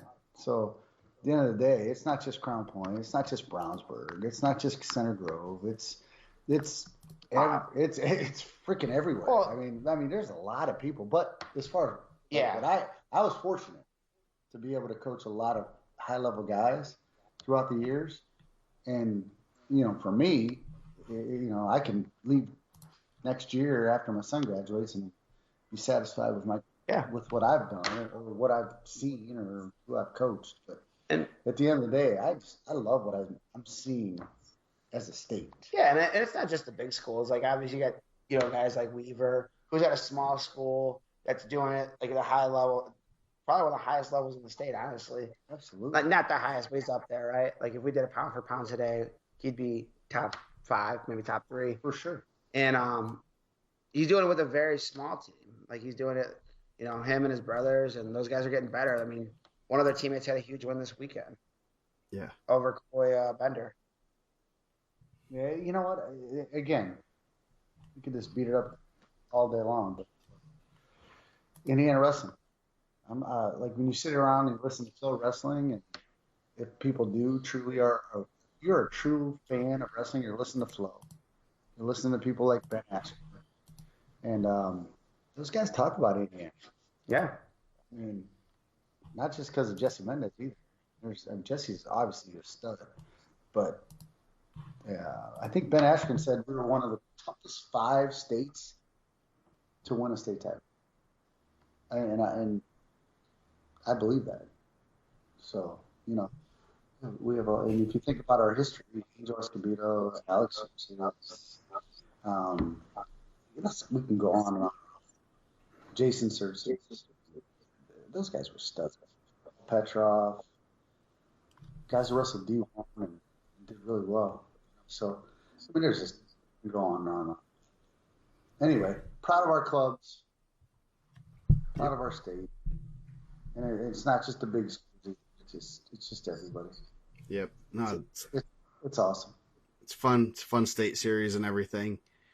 Samantha says, I've been seeing a lot of girls trying to reach 100 pins. What's the average for high school career?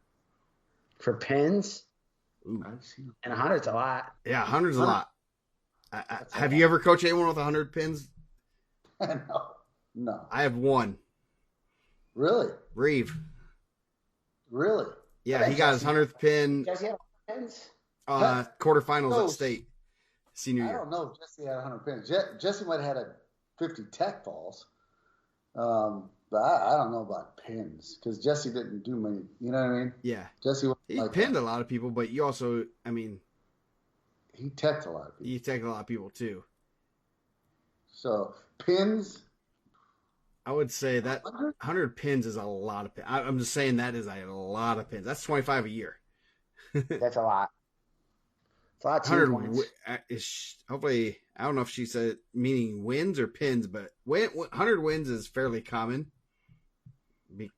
But it is not an easy thing to do. But 100 pins is fairly uncommon. Hey Joe, I have to say this because Coach Lork's my guy. I think if he wins, if we beat Lake Central, if we beat Lake Central Thursday night, it'll be Coach Lork's 100th win, I think. Nice. Yeah. 100th win? Good for Brandon. Good dude, man. Yeah. So I think if CP wins Thursday night, I think that's his 100th win, if I'm correct. But which is pretty cool. That's getting 100 dual wins. Let's see, is that? Yeah, because I don't know how many people have done that, but head coach getting 100 coaching wins. I mean, that's a pretty select few. There's a lot. Like obviously, there's some guys got like 300 wins. Right, but he hasn't been doing it that long. Yeah, he's been there long. Yeah. I mean, he hasn't. Yeah, this is 1, 2, 3, 4, 5, 6, 9th year. But you guys aren't wrestling. I mean, there's some people that wrestle 30 duels a year. Exactly. Remember the old super? Yeah, right. Yeah. The 10 super duels. The Saturdays where you wrestle 10 duels and all that. That we don't do any of that. I mean, yeah, we don't do none of that stuff. The most duels you guys have had in his career is 17 in a year. Very good. You guys are doing pretty good, man. Yeah, and so that's not a. It's one of those things. How many do you think Valink? From my records, Valink has 460. Pretty good. That's a lot. That's a. But I remember wrestling for him at Valpo Super Duels when we wrestled 10 times. Yeah. Back in, I told you, in the 90s. Yeah. 90s. Right? Okay. Yeah. Not the 80s, but the 90s. See, Dalton right there, who had a really good career, had 83 pins. McCubbins is the Manorvia leader with 85. It is. Dave McCubbins? Yeah. Also in the 90s? In the 90s. Yeah. 90s. So there's a lot of coaches. I mean, 100 wins as a coach is not an easy thing. There are basically 200 would be their top 200 dual wins would be the top 100-ish for Indiana wrestling coaches per what I have. So, I mean, Tante's up there 631. Tom Miller has still 681. Ben Dalton said he had 83 pins for Monrovia. Nick is coming close to 2. Oh, Nick, yeah. So yeah, Coach Tante. Who you said who? Tante Tom Miller. I have at 681. Tante is 631. Bob Hassman, from my record, has 599. Yeah, he should have stayed out for one more. Yeah, he has one more win. I mean, Jim's got to be north of 400 now, right? Oh, Watkins? Yeah, for sure. I think Watkins has 414 for what I have.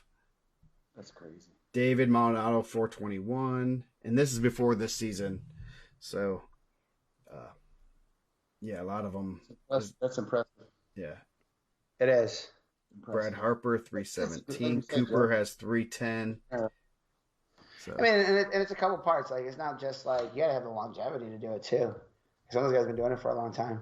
Yeah. But I think what I really believe it back when we wrestled, you too. Yeah. Super duels. A lot more super duels. A lot back more then. super duels back Yeah, then. we had an era. It was right by about Mike's era was the I call it the juiced match era, where you had there were about 50 matches minimum. Everyone, some of the schools had to have.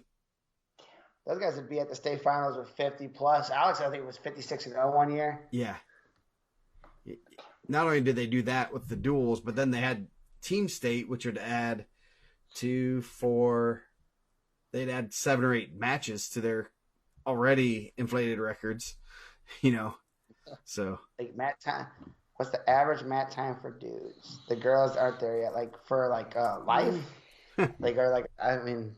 some of the dudes have been doing it forever, man. What was like when Alex Sersis and Angel wrestled?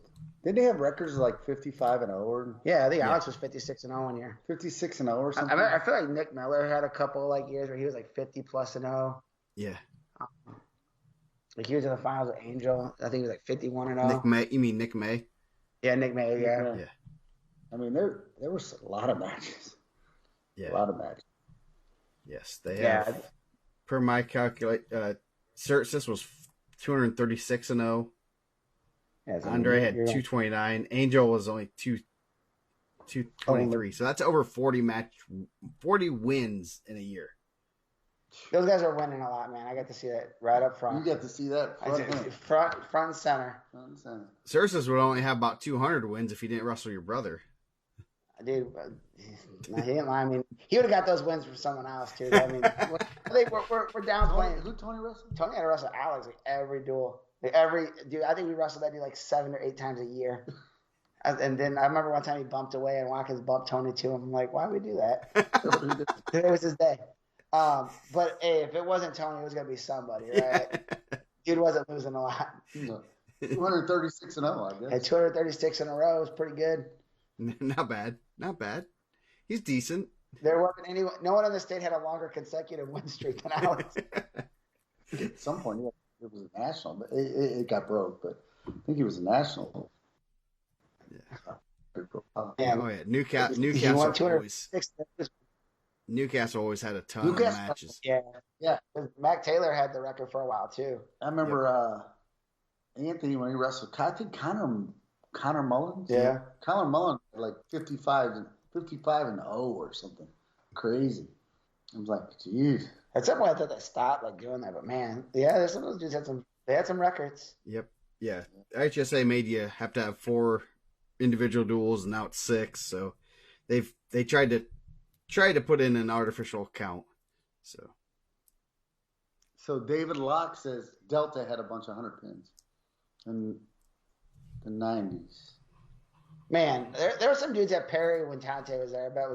I bet those guys had some pins. Like a Jared McKinney. I bet Jared McKinney had a bunch of pins. Oh yeah. He's out there ripping people's heads off. Yeah. Let me see. I may have some information. This might be something for next week. The next week's show. We got 3 minutes and we got to wrap this up. Before midnight. I gotta go eat some French fries. Mike's throwing them in the freaking we're gonna air fry some fries. Nice. Got you hungry. Yeah, so we'll look at that next week. I will maybe I'll put a post up there to see if anyone has any information, but I do have some good stuff with from Coach Richard J. I do have a lot of his stuff, and I know he had a lot of the pin stuff. So I gotta find it, and trying to find that it's not the easiest thing. So I will find it, and we'll have a little. That's why they call Mike Morgan the professor. Theoretically, you can still get 66 matches if you did 6 10-way duels and 6 duels. Okay. That's why you're the professor, sir. Okay. Here are the pin records from what he had when he gave it to me. Escobedo 156, Lance Ellis 151. Oh, I bet, dude. Out of 177 matches, he pinned 151 dudes. It's pretty good. That's decent. Ain't that? Yeah. Yeah. Who are those guys that won 6 with them? Forfeits? Yeah. Andre had 150, Alex 144. So basically, we got Jason Cook at 123, number 8. So the top number 20 is Brennan Cosgrove and Tim Myers at 105. So dude, that's a lot of bonus points. Castle Yeah. was good. That's good. Ben Dalton said we gotta do Burt Reynolds movies next week. I got my number 1 pick right now. So, well, And it ain't Smokey and the Bandit. yeah, I will. I think we're gonna get out of here. And Mike's they're gonna have some fries. I'm gonna go to bed because it's way past my bedtime. So, thank you for joining us, Bill. It was fun having you on. My pleasure. My pleasure. You gonna come over every Monday now, or what? Sneak in. I'm gonna sneak in. I was just sitting here with. Just come in the back door over here. I might hang out with Kim a little bit, but. Ooh, wow. I know. I'll pop in a little bit, like pop my head in. We got the cats here too. No, those are the cats out there were not happy. The cats were not happy, so They don't like guests. Well, cats got neglected for a little bit. Yeah. So thank you for joining us, and we'll be back next week. Tune in next week for some pre-Christmas stuff. So it'll be a little bit slower, but we might have to preview the Al Smith. I don't know what we're doing. So everyone, we'll see you guys then. You'll be talking about the Carnahan. Yes, we will. That's what you'll be doing.